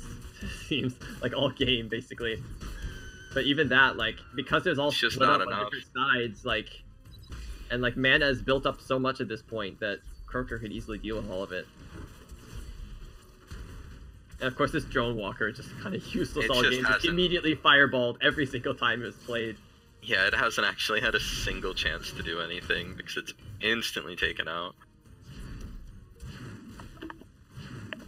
I mean, this is definitely a hard matchup for Tyrion, to be sure. Like, there's just not really enough tanky in Tyrion's deck that he could be able to deal with all this range stuff coming in. And there's the fireball to finish it off. Yep. Yeah. And that's gonna be game 1 going to Croaker. Pretty definitively too. That was maybe not the best matchup for Tyrion, but yeah, I kind of think like Tyrion has his own kind of deck building style, where he has like a bunch of mid-range stuff, including cleavers, and really nowadays it's just not good enough to play Mordor with that kind of thing. You need bigger stuff than the stuff that Tyrion was playing. He didn't have a scrap tank. He didn't have Shield Guard of Light. His tankiest minion was in fact his cleaver, but like 550 health often isn't enough against like focused fire. Okay, so instead Tyrion's gonna try his bread and butter here. And for anybody who hasn't been paying attention to KPC or hasn't been watching for long, new players to the game, this is the Tyrion deck. There is no deck more connected to a player, perhaps, than this Red Golem is known for being Tyrion's deck. It's the Tyrion deck. And this is kind of an older matchup in a way, too, because it's a Stormbringer with the guild. So this is a matchup, you know, maybe not as much recently, but this is something that he has played before. And this is how you deal with guilds. You just immediately push everything down on that way, hyper aggressive, and just break through like this. Yeah, and you can see it's already going a lot smoother for him right out the bat. 600 damage to the face, a small XP lead building up, and the first guild didn't get nearly as much value as the first guild in the last game. Alright, more Blood Imps. Here they come, the Blood Imps, of course. The only free minion in the entire game. Their one downside is that any damage they take is immediately dealt to your master as well.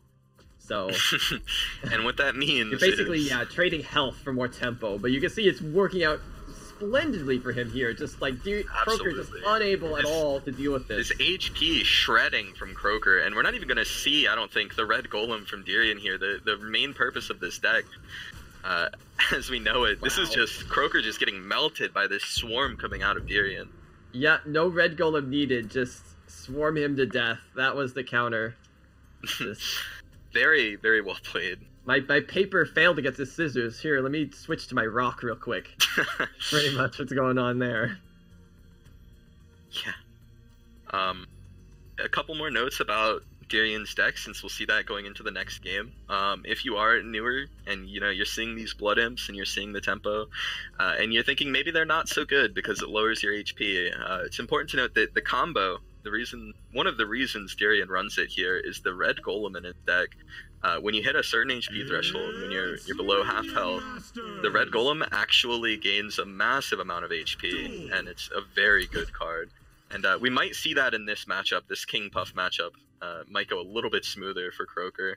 And the Blastmancer is actually going to be a really good card here against this low-cost swarmy Ratbow. Yeah, at the start at least. Until a little later in the game. It's going to be good against all of this small stuff before Tyrion can get like his Red Golem out. Okay, there we go. So Blastmancer comes out, deals with all this. Oh, he's got Living Statue too. And Tyrion doesn't really have good options in order to deal with this Living Statue. Like, all the stuff that he wants to play against it is like small. Okay, he's got a Warrior. That's actually pretty good. He plays a Warrior to deal with the Blastmancer. But now a Soul Steal is behind it as well. He doesn't want to play his small stuff against that either. Oh man, this is definitely a much harder matchup for Tyrion than the last one. There's a lot of good cards in Croaker's deck for dealing with what Tyrion's bringing here. Oh, Combustion too! That the statue, right as it was about to die, just instead blew up and killed everything Tyrion had. Yeah. That said, very well timed. Tyrion doesn't really mind that he's low on HP. Well, I guess low is not really accurate. He's about half HP, which is perfect for him. He wants to be. He'd rather have to be like 150 HP lower than he is. He's probably gonna let this Gruul get him there, by hitting him. Yeah, this is definitely something you'll see from these Red Golem decks. They'll control their HP dropping like this. They want to hit under 15. This is a little more than he wanted to take, probably, but he is below that threshold now. There's the first of the Red Golem. 1500 health. Now, does Croaker have Bridge Swap ready or not? He does not have Bridge Swap ready at the moment. That's a misplay from Croaker then. Like, I think he should have known that this is Tyrion's game plan and had swap ready to be able to like aid in fighting this red golem. That was a really good screaming strat. Very good screaming strat, of course, and living statue. And the living statue to protect the Zhao there. Although really, but the red golem is hitting his face, and yeah, that's the main issue is that the Zhao Long didn't continue helping hit the now. Using bridge swap there, he most likely won't have it for the next red golem either.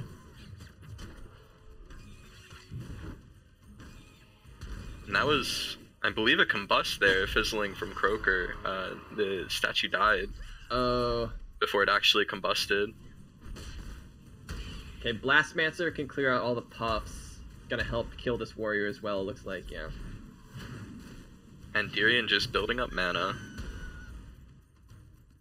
Alright, does Croaker have swap this time? It's his 5th card. He has it in hand now. Okay, good. Because he's going to need it to deal with this red golem, of course. Yeah, it's going to be very important.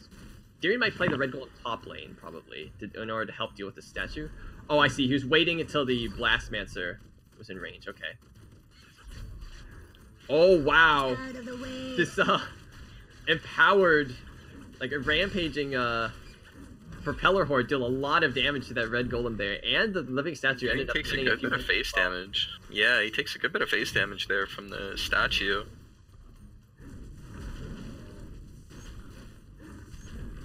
This King Puff deck doesn't have as much of the direct face damage to finish him off as he's getting lower, but it does matter, because at this point, if just a few things are placed slightly wrong, he gets a combust through. It could be very bad for Tyrion. And this time, Croaker, with all the swap and like the Propeller Horde and all that, dealt with this red golem a lot better than the last one. Much, much better. And, like, even if Croaker can't really break through, so to speak, the issue with the Tyrion's going to have here is that Croaker does have Blastmancer explosions in order to try and finish off Tyrion. Yeah. It's also going to make it a lot harder for him to get the heal puff out to get some of that HP back. Oh my gosh. This combo, this is the second time Croaker has done this, where he had his Soul Stealer in a lane, as well as Gruul. And this enraged statue is going to make it to Tyrion's face with the combust, and that's going to finish him off. Yeah, and okay. He came out from Tyrion there, he knew. And that was well played by Croaker. Okay, I just want to talk about this a little bit, that there's this combo going on with Morgul and Soul Stealer that happened several times, where Croaker would play Morgul against the red golem, and a Soul Stealer as well. The Tyrion would like say, okay, well I need to play a whelp in order to start dealing with some of this stuff. The Morgul would die, push the red golem away, and then the Soul Stealer would then see that the red golem's too far away to hit and retarget onto the whelp and kill it. Yeah. And that was really good from very well done. Set that up, yeah. Showing that like a way of using the pushback from Morgul that I haven't seen before. Okay, so Tyrion's red golem deck is now dead. He's now down to what is his last deck then? He's down to Volko, I believe. Yep, just Volko. Okay. And to be fair, Volko is a very strong master. He's not out of it yet.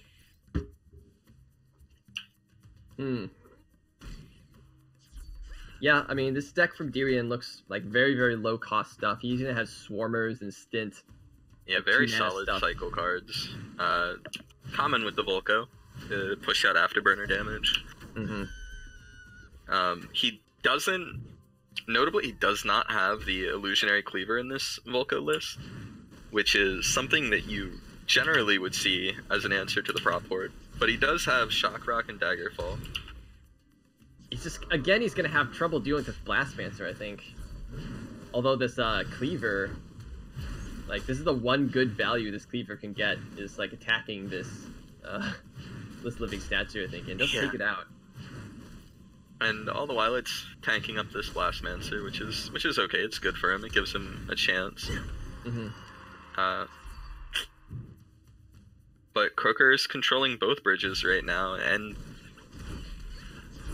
This is something that you have to answer if you're the Volko, and it's, yeah, the stint deals with the Soul Stealer pretty well. Okay, Croaker needs to find clever ways in order to try and deal with this top lane push while also, like, having the minions he plays goes bot lane. It looks like he chooses to do neither one. He takes a bunch of damage from these minions, only playing at Zhao, which is not going to take either bridge. So, that was... Okay, Tyrion, I'm not sure what that Daggerfall was from Tyrion. He just basically decided, oh, I want to enrage this Zhao Long. Yeah. A good Shock Rock, though, to deal with that prop horde. Yeah. And a well-played Morgirl. Another good Morgirl from Croaker there to push this Cleaver. Yeah, unfortunately, he protected a living statue that's basically almost dead. It just got shot to death by a Marine. A pretty good swap. He needs to back it up with more stuff and to take advantage of the stun. He's a bit late on that Soul Stealer. And again, another problem with that swap is, his swap thing is top lane, and you'll have to be able to, like, try and play everything he can bot lane to cover this marked bridge. Because he's taking a bit too much damage here from all this. Yeah. He is constantly playing living statues down there, which is very good by him. And the King Puff is a couple XP away now from hitting perk 2, which is a really important threshold. Starts to get those buffs on these cards and make it a little bit harder in a lot of cases for Tyrion to deal with, such as the prop horde with shield. It's going to be something.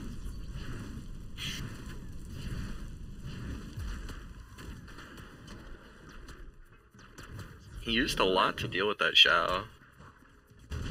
Good daggers to wipe out the Swarmers with the Morgirl and the Buzzers, but... So Croaker's holding on here.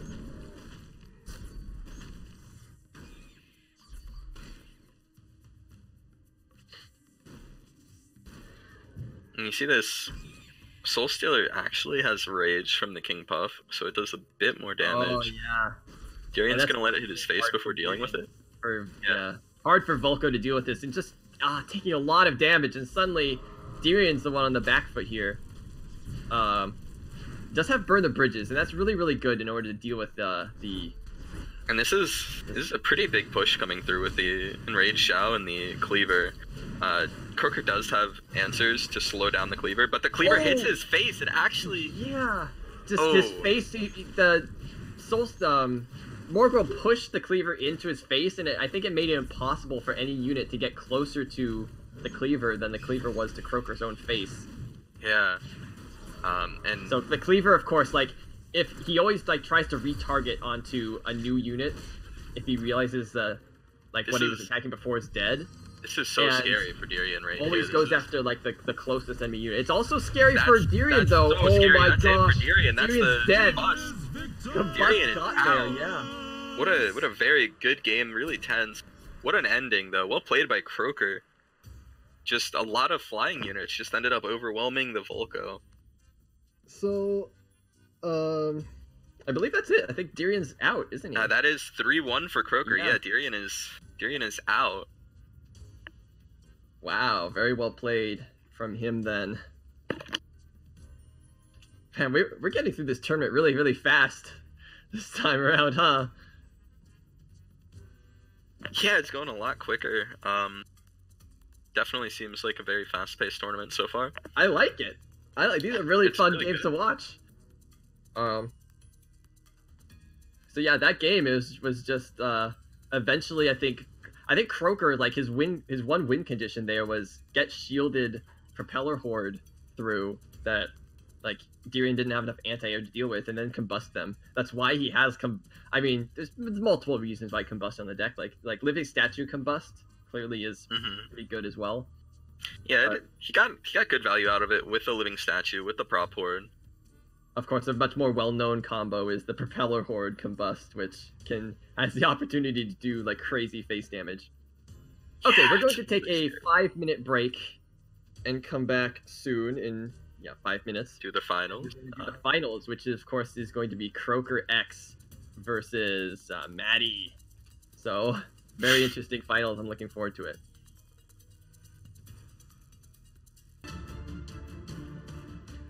Alright guys, welcome back. This is now the finals of what was that, Apples? Nothing. You know, I'm gonna blame it on a puff. Getting in my room and throwing things around. Okay. Yikes. Those mischievous little puffs. Yeah, what are you gonna do? Honestly, the puffs today are getting into everything. Okay. So now we have Croaker X versus Maddie. Both players doing a great job getting all the way to the finals here. Maddie beating a very dominant looking Tomato. Croaker beating both Tyrion and Cat. Yeah, Croaker's kind of the king killer here today. He took out two very, very well-known, highly rated players. And he did it all without Divine Warrior, so what do I know? Yeah, I mean, honestly. And we have the bans already, too. We're going along really quickly here. Maddie bans the KP from Croaker, and Croaker, in return, bans the Mordar. Okay. Did ban? Yeah, they... banned the... I'm not seeing where Maddie said he banned King Puff, actually. If you look above the... Oh, I see, yeah, KP, okay. Yep, there you go. I keep seeing, like, that tiny little word and think he said NP, like, no problem. No problem. What's your ban, Maddie? No problem. I don't know. No problems. No bans, don't worry. Okay, Maddie did ban the King Puff from Croaker. This is true. Yeah. Which we just saw in that game against Tyrion, how strong that is. Especially with the combust.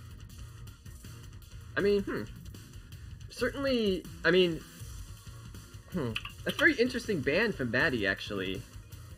Because, like, part of the way he won against Cat is he, like, took advantage of, like, the tech cards that Cat had, such as the Defensor Chopper. Oh wait, no, Croaker is the one. I'm getting them mixed up. Like, some of Maddie's decks look similar to what Croaker has, but I mean, I think Maddie could have technically done the same thing back to Croaker, though. Yeah. Like, he has decks like his Mordar deck, which could easily beat the King Puff deck that Croaker has. Like, basically the same way that his Mordar deck beat Cat. So. But anyways. We are getting underway here with the first match. Maddie playing the Volko into Croaker's Ravager list. Alright. Let's see what Maddie has that can defend against the onslaught that Croaker is going to bring with the Brutus level 1. The level 1 perk. Maddie... I mean... I imagine Maddie's going to just try and hold on to his Divine Warrior plus Flame Imp combo for the Brutus. That would be a very good way to be able to kill it off. Although, does Croaker does have a Dragon Ball in his deck, though. Yeah. Oh, and speaking of which, Maddie did end up having to play the... He plays it to deal with that wolf. I think Croaker should just be playing the Dragon Ball top lane. I guess he wanted to activate it first with his Shield Guard of Light. Okay, there it goes. It's just... Man, it hurts to see the Brutus take so much damage like that before... Yeah, even if Xiao Long even survives here. Yeah, that's the find a way to deal with it now. Xiao. He doesn't look like he has an answer in hand ready, and it's just pumping out a lot of damage. Against Volko, you don't want to take could have this. dealt with it, but he decided to play the Plasma Marines instead. Yeah. Okay, so he didn't take critical damage from the... Oh, no, other way around. Maddie didn't take critical damage from the Brutus push. And, of course, the reason for that was Croaker had to deal with all the, like, the top lane stuff. Like, really, is Brutus getting pushed around in this game. Yeah.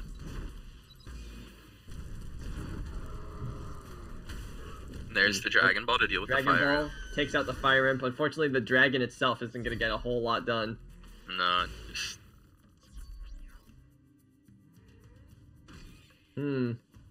So, yeah. Now Croaker having a bit of trouble here. I mean, it looks like he's very slightly ahead, but that's not really true because his Brutus is already dead and he doesn't ever get that back.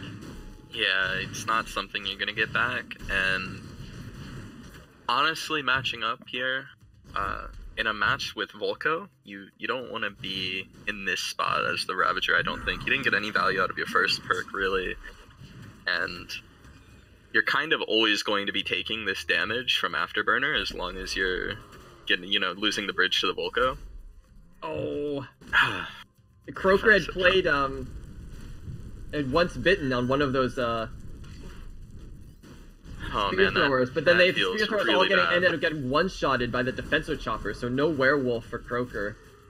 And that's gonna make him fall even further behind. He couldn't find any answer for the defensive chopper.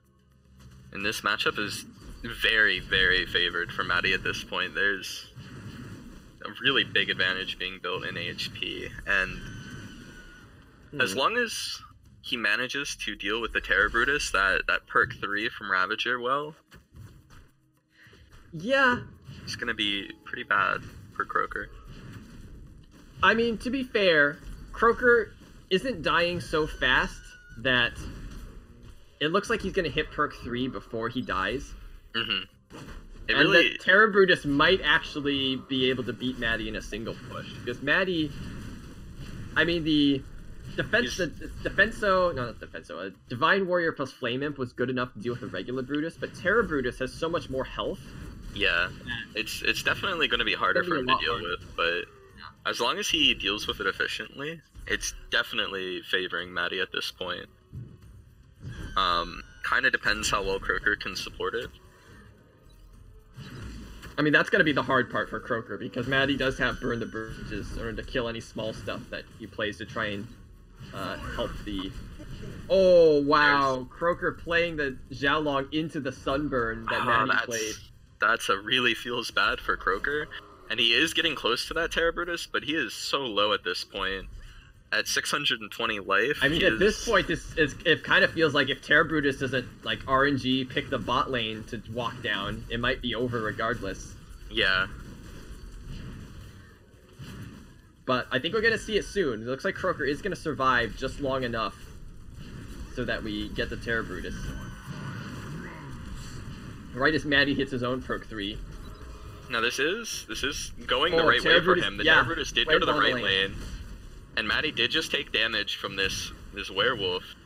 Oh, Croaker spending 5 mana to deal with the Flame Imp top lane. I'm not sure he should have cared that much about it. Like, really, this whole game now is this Brutus. Maddie actually down very low as well. Somehow, this is a very well-supported Brutus, though. He has a very good push with it. Honestly, I think Croaker got it. I don't think Maddie can hold on. This Brutus is just so much health. He's not going to do it. This is just too much for him to deal with. He can't answer it. Oh, wow. And we're going to see a really close game. What? Those freaking puffs. Honestly, the puffs. What are they tipping over?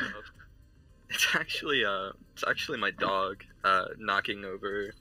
There's. Oh, I thought you said that the puffs were knocking my dog onto the ground and making that sound. Yeah, I have a metal dog. No, it's he's a big playful pit bull. You know, he gets excited. He keeps hitting against something with his.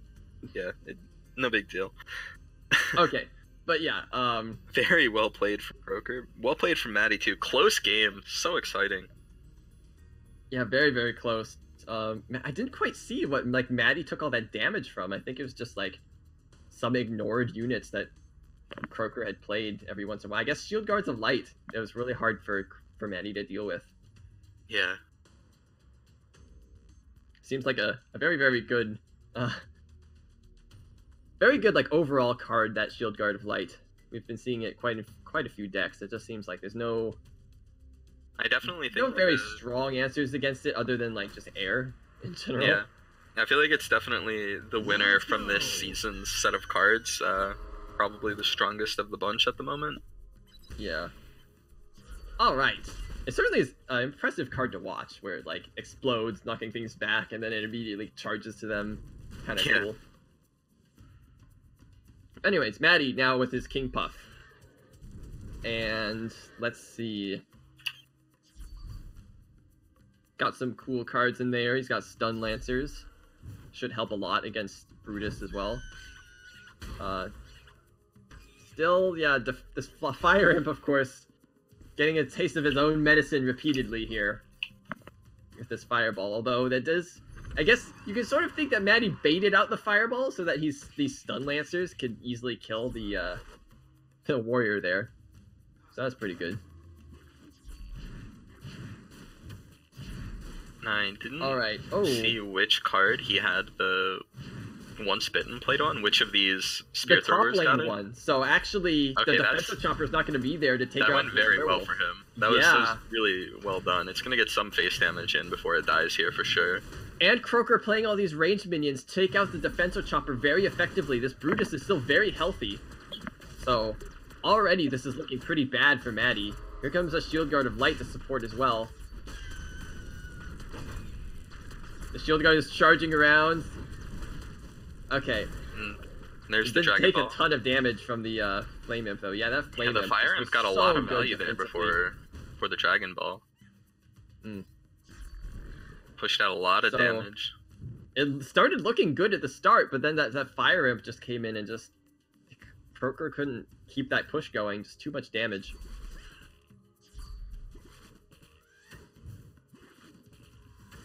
Croaker allowing his master to get shocked repeatedly, while his lone warrior slowly cleans things up.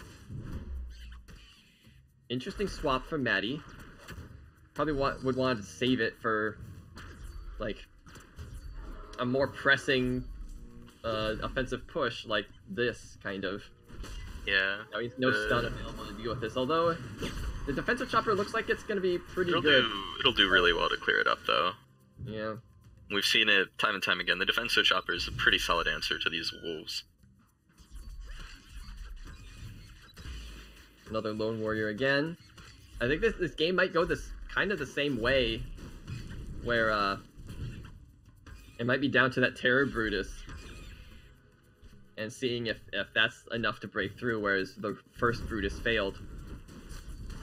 But this time Maddie has like cards such as like the Stun Lancers, the Fire Imp, the Propeller Horde. These are really high damage cards capable of dealing with Terror Brutus much more effectively than the Volko deck did.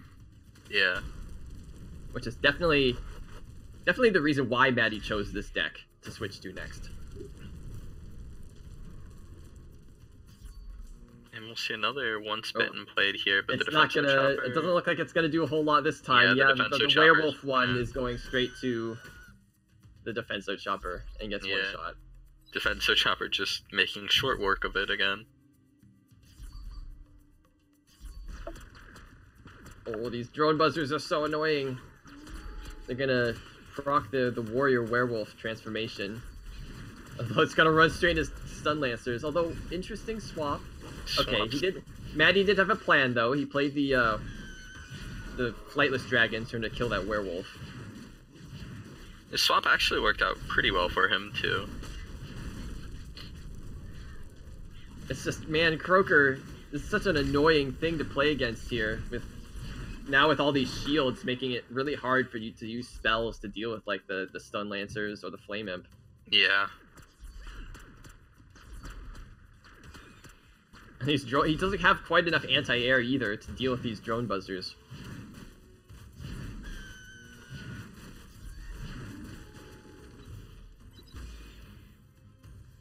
Okay, this werewolf looks like it. Okay, Maddie did have to play Divine Warrior combo. We're getting very close to the Terror Brutus here. And there's a lot. There's the bridge swap, and he has a lot of the really good damage answers already on the board. The Flightless Dragon. Oh, it looks like the Flame Imp. Yeah, things on bot lane are gonna break through and deal with that Flame Imp. And lights there as well. Yeah, the Terror Brutus takes a decent amount of damage, but really, I think Maddie played the bridge swap a little early. I mean, the Brutus is definitely going to make it through here because he doesn't have bridge swap to stun it. I'm gonna say a Dragon Whelp. Yeah, he's got Dragon Ball. These played a bit too early though. The Dragon Whelp is gonna get hit by Setsu himself. And now also he doesn't have anything to deal with this Propeller Horde. Look at that. This Propeller Horde with Rage is just going to tear that Brutus up. And now Croaker doesn't have a perk 3 anymore. He doesn't have a perk 1 anymore. Yeah, I think that's game over for Croaker at this point. He doesn't really have any option left to break through. Like, that Brutus was his last chance. And you can see just, like, the difference that this deck makes with that Propeller Horde. Yeah. And that was just one possible answer. He could have done that just as much with like an enraged Flightless Dragons, or even just Stun Lancers to perpetually stun it. And yeah, Croaker there it is for Maddie. Unable to hold on any longer against this buffed units that King Puff brings. All right. A nice little back and forth there, trading games. So Croaker now can still play his Stormbringer and his Mordar deck as well, I believe. Yeah. Mm-hmm. So, both of which look like they could be, well, yeah, both of which I think would be pretty strong against Maddie's deck, I guess. Yeah, definitely, because I think both of them are favored. I think you could like basically flip a coin, pick one of the decks, and then beat this King Puff deck. Because again, like the counter to the Stormbringer that Croaker has is just to try and build up a big push. But there's really nothing like synergistic that Maddie has that can really do that. Like especially what's missing from the Maddie's King Puff deck is there's just not enough like tanky stuff that can frontline long enough to take up all the ranged shots coming in. And I think we're gonna see that here. The fight is on. Where it's going to be really difficult to deal with these constant crossbow dudes just pecking away at everything, because it's going to do very significant damage to pretty much anything that King Puff plays here. Yeah.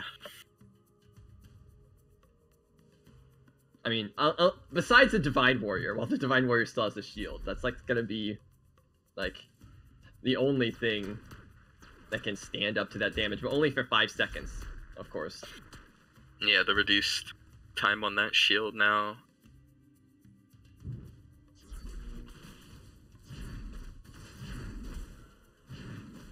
Fire. Right. I'm expecting Fireball. There it goes. Yep. Pretty standard trade. Yep. It protected as many crossbow dudes as possible.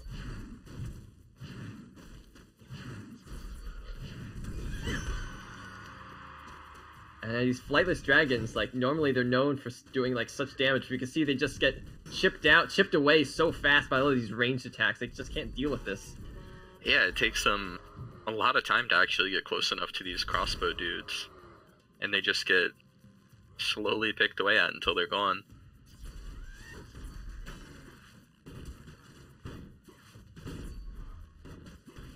All right, Stun Lancers, of course, doing very well, and Croaker, sadly, cannot have more than one Fireball in his deck. I guess he could also play Dragon Ball, but... Or we could see him take the approach of, was it Tomato with the Gambler's Ball, but that's...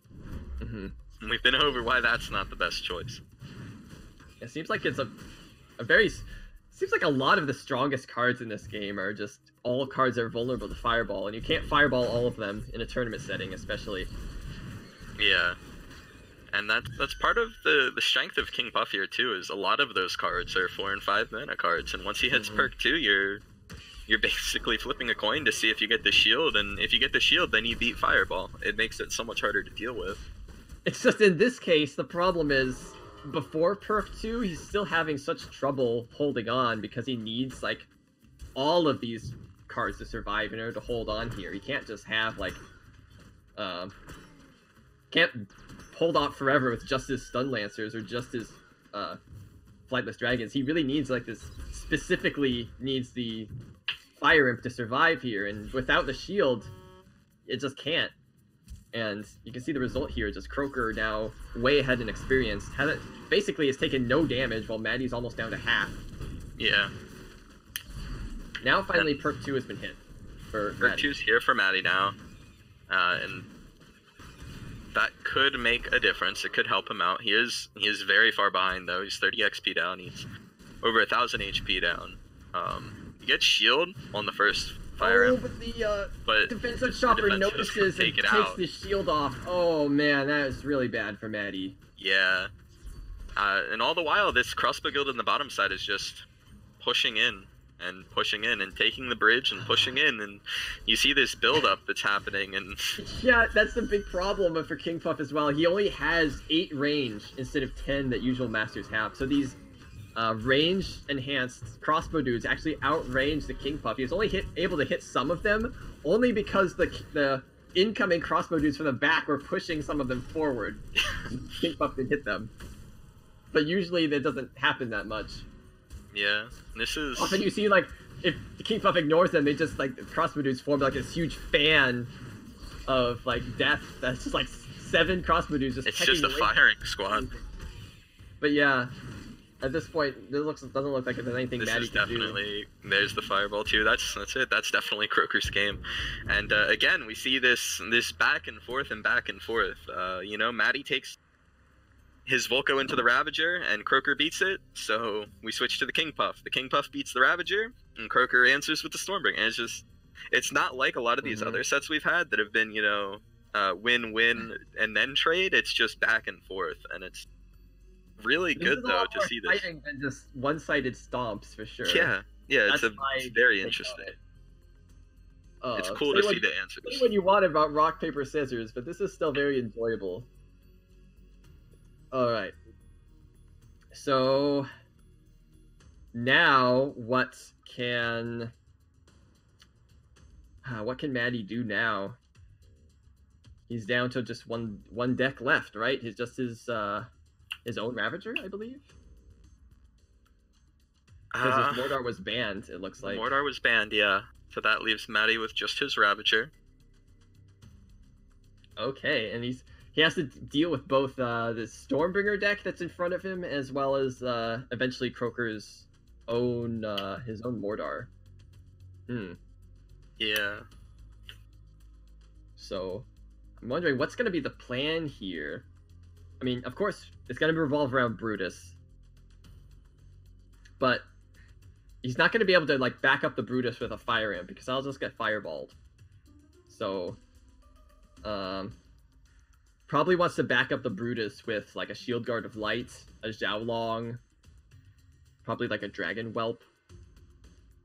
If he can like play all that with his Brutus, it's going to be tough for Croaker to defend against that. Yeah. But he needs to be able to like find those cards and basically have the opportunity to just hold on to them until his Brutus appears. And I think if he's smart here, he'll be willing to like lose bridge control and take some damage just to make sure that he has the right cards in hand to play with this Brutus, because he needs to be very, very decisive with that Brutus. Possibly even just like kill Croaker in one push with just the initial Brutus. That's a lot. He might not get another chance. Yeah, that's definitely a lot easier said than done, though. I kind of feel like without that Brutus, he might just... I don't know. It's possible he could hold out for Terror Brutus by smart use of like Wolf Among Sheep. Well, even then, it's just a lot of his decks the cards he needs here to like defend against the crossbow dudes are so vulnerable to Fireball. Yeah. And he won't have the shields this time. No shields ever. So that's why I'm saying, like, if his initial Brutus push doesn't work, I don't think he survives the Terror Brutus. I think Croaker will kill him by then. Yeah. And I don't see the win coming off of that first Brutus with the way Croaker's deck is. Actually entirely possible. I think we've seen it before, right? Where Croaker... Yeah, against Tyrion. Tyrion played a bunch of like Blood Imps and stuff. Like this deck from Croaker is vulnerable to very high aggression, and already Croaker taking a bunch of damage from this werewolf.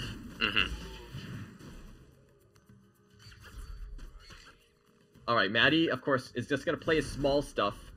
Okay, plays his Shield Guard of Light already. I would have held on to that because Brutus is coming now, and it's going top lane, and this. Yeah, the Shield Guard of Light is sort of separated from everything else and is going to get taken out, and he really needed that to protect the Brutus top lane. This Fire Imp's getting a lot of value here, shutting these ranged units, though, and the first Brutus is in. And Croaker did use the Fireball, as this Wolf Among Sheep's played, and now he doesn't have that to answer it. Man, look at that funky walk that they have. They're just marching along. It's a march, and this is a very big push here.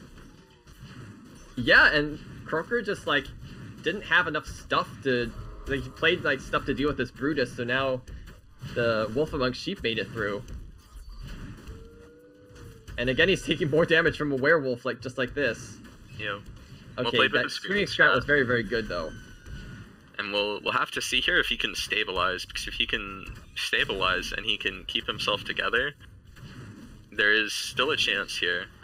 Unfortunately for him, Maddie does have good answer for this crossbow guild. He has the Dragon Ball now, and that'll deal with that very well as getting that extra face damage that he wants. I mean, Croaker did take a ton of damage, to be sure, and this might be enough damage to win here, because I think just 3 more fireballs, or Dragon Balls in this case, will do it. Yeah, he's definitely at risk, and I think we'll probably see it too. I mean, this...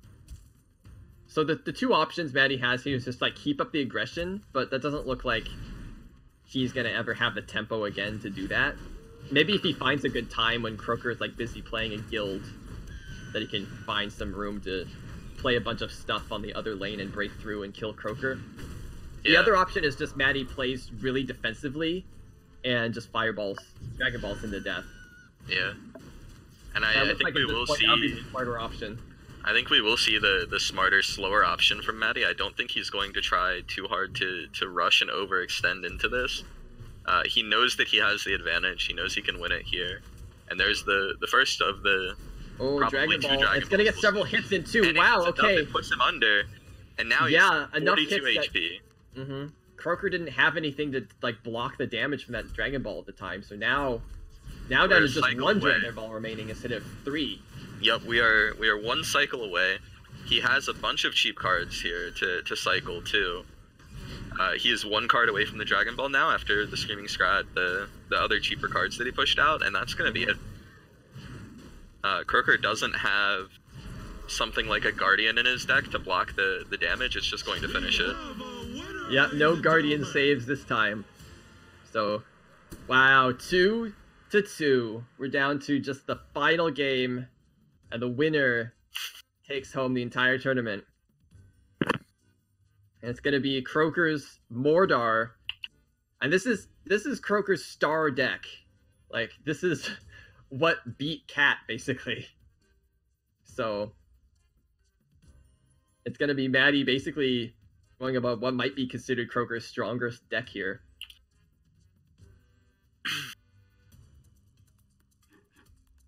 This is going to be... I'm just so happy to see this series go to 5. I'm happy to see this gameplay where it's back and forth, and it's all different too. You know, it's a lot of variety. It's really good games. But this is going to be really tough for Maddie, I think, because I agree. Harbingers are going to be, well, on one hand, Harbingers can be hard to deal with. On the other hand, Maddie does have Dragon Ball and multiple good activators for it. Yeah, Dragon Ball is definitely a good answer to Harbinger. We saw a while back in the meta when it shifted to activating off of 5 costs. We saw how strong King Puff was with that card and how much it turned around the Harbinger matchup. So it'll be very good here for him. So I think that, like, let's duel. Maddie needs to, like, very smartly control, like, have good aggression, but also good control as well. He can't allow these Harbingers to stack up. He needs to find ways to kill them as they appear. Yeah.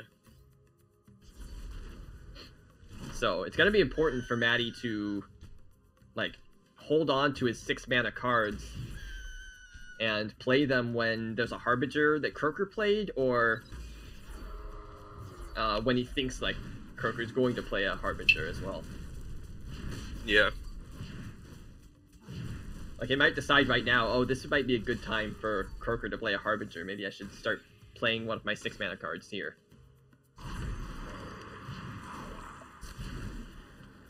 You need some way to deal with this Soul Stealer as well, though.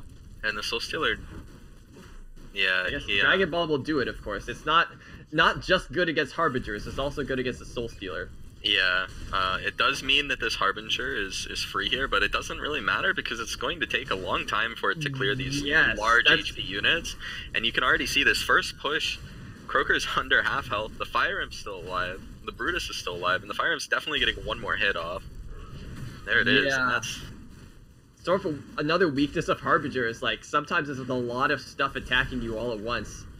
Like, the Harbinger's damage per second actually is not very high. Like, and against these large units, its strength sort of lies in its inevitability. It's just hard to deal with. It's just basically does its damage, and there's not much you can do to stop it until it gets to your side of the field. yeah. And in situations like that with high HP units, you can really see that, yeah, it does damage, But now Maddie's in a bit of trouble here, though, because he doesn't have enough anti-air to deal with all of this. He has to play his Dragon Ball, which is going to take a while to kill all of this stuff. He is getting so low here. The Soul Stealer is going to die to these 2 Dragon Whelps, but he's below 500, or at 517 life himself now, and this game just got really interesting. Oh, and Croaker was just barely able to protect his Harbinger with that... well played on that Scrat Tank. Scrat Tank, yeah. God, this is looking really bad for Maddie. Really, it's just like a bunch of stacked air units that Maddie was unable to deal with. And that's the danger of one of the dangers of Ravagers, that he can't hit those ranged air units. Okay, this time Maddie was taking the air threat a little bit more seriously, but Daggerfall comes in. Okay, the Fireball able to deal with most of this, but he needs to be able to kill this Soul Stealer. Okay. Oh, and the Screaming Scrat Res from Croaker is gonna feel kind of bad there. Oh, this is so close. Man, this is... The Scrat Tank is gonna do such a bad spot. Okay. At 200 health, he's also in danger of getting Daggerfalled. Whenever he plays these smaller units, these units that Daggerfall trades with at his face, he's going to get hit. Maddie, I think, fell for the trap here. Like, I mean, there's not much he could have done about this to prevent this Harbinger res. He needed to kill it. He couldn't let that Harbinger hit him in the face. But man, that hurts. To like play stuff like, oh, finally I killed a Harbinger, but then it just gets rezzed. And you'll see Croaker plays the Soul Stealer while the Harb's out, but he plays them further apart, right? And the Zhao's out there too, so that when this Dragon Ball's played, it activates. And this is going to be it for Croaker. There's nothing there isn't you can enough do at in this Maddie's point. deck to answer this. This is air units taking it home. And we see the same trend we've seen the entire time in this best of 5. A player answers, right? They deal with the deck, and the next deck lines up really well in the matchup. I mean, yeah, these top players bring a good variety of decks to allow that to happen. So very, very well played from Croaker, taking Croaker X, your new champion, well, kind of champion, but finally beats everyone and wins a tournament, including beating Cat. Very, very well-deserved victory from Croaker. Yeah, taking down Cat, taking down Tyrion. He wasn't playing against, newer players or anything. These are veterans who have proven themselves time and time again, and he came out swinging, and he did it. He showed that you don't have to be one of those players to win. You can do it if you build the right decks, if you play around the right thing. Really well done. So yeah, really amazing decks from him. Really amazingly well played as well. Like I enjoyed watching like the very both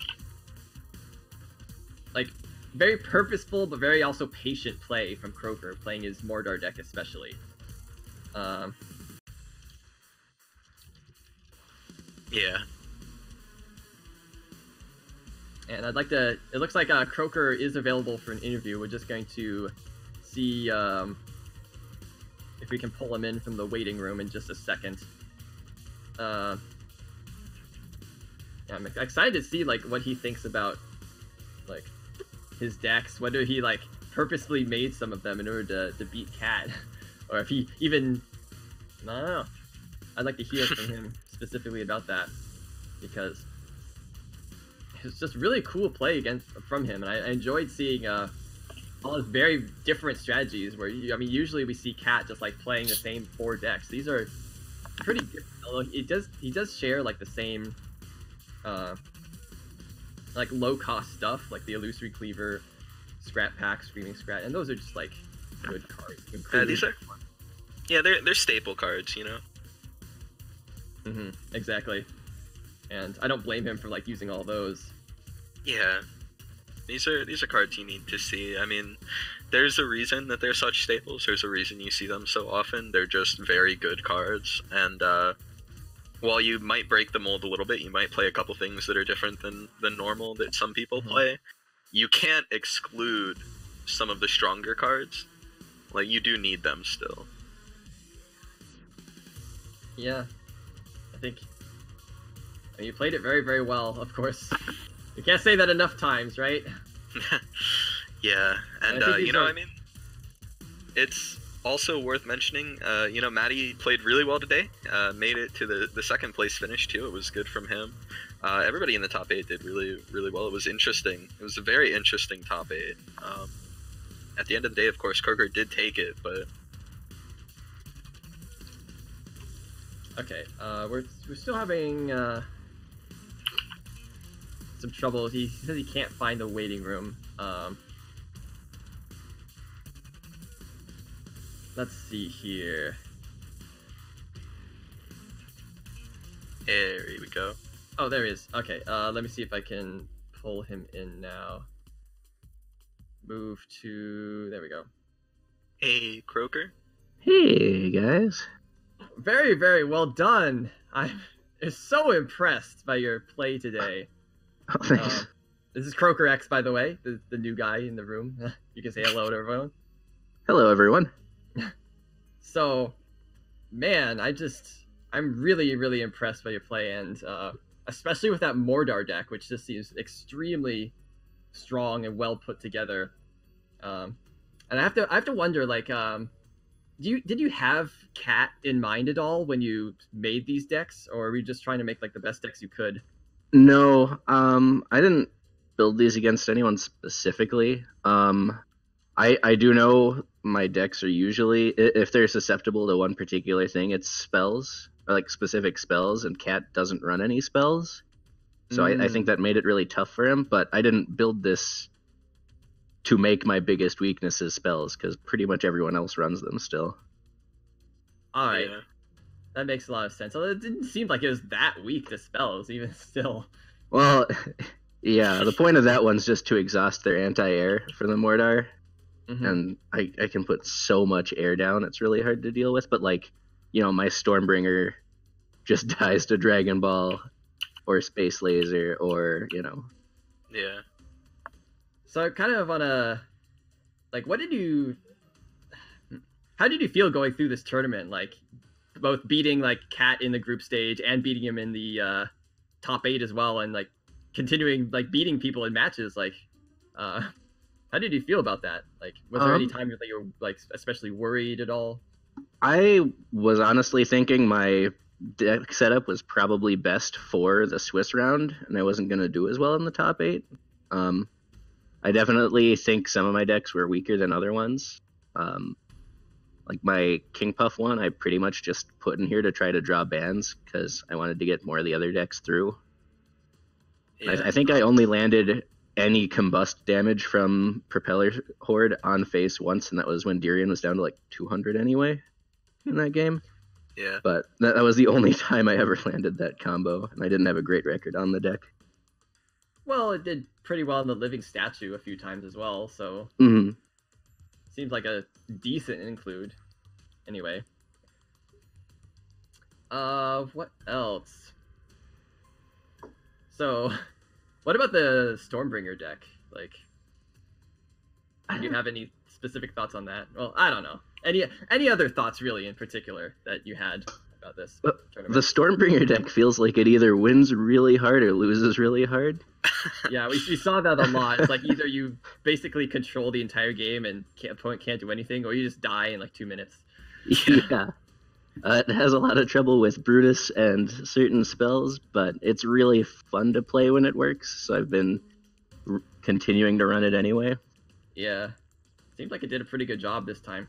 I'd say the matchups where it worked really well. Yeah. Alright, so... Of course, as our winner, Croaker X gets a $500 Steel Series code. Maddie gets $100 Steel Series code for a runner-up. The third and fourth place getting $50. The rest of the people get $25. So congratulations for $500 Steel Series code. Do you have any idea of what you're going to spend it on? Absolutely none. I hadn't really been planning around winning today. Not that I'm complaining, but yeah, didn't plan that far. I totally get that as well. Like I sort of played KPC for the fun of it when I was playing. Yeah. I think it's important to have that attitude going in where you're like not expecting, like, you don't want to go in defeatist and, you know, be like, I'm going to lose every game, but it's important to take every game as its own match. You can't just go for the end and be like, all right, when I'm in the top 8, I'm going to beat this guy like this. You know, you have to make sure that you're prepared for every stage. You can't just like plan around the end of it. Yeah. All right. So any other final thoughts from you, Croaker, before we end everything? That's all I could think of. All right. Well, very well played. I'm very happy to watch you throughout this tournament. I'd like to thank all the viewers for watching. Thank our sponsors, Steel Series and Beta Dwarf. Our admins, of course, Jules, Salbai, all the other casters who casted. As well as our streamers, Joe and Smoshi. They did really well today as well. Yeah. Okay. Thank you all for making this all possible. It's very, very fun to watch today and cast. So I'm very glad to be part of this. All right, and that's going to end it for the end of KPC 32. I'm glad that you all were with us today, and we'll see you all for the next one.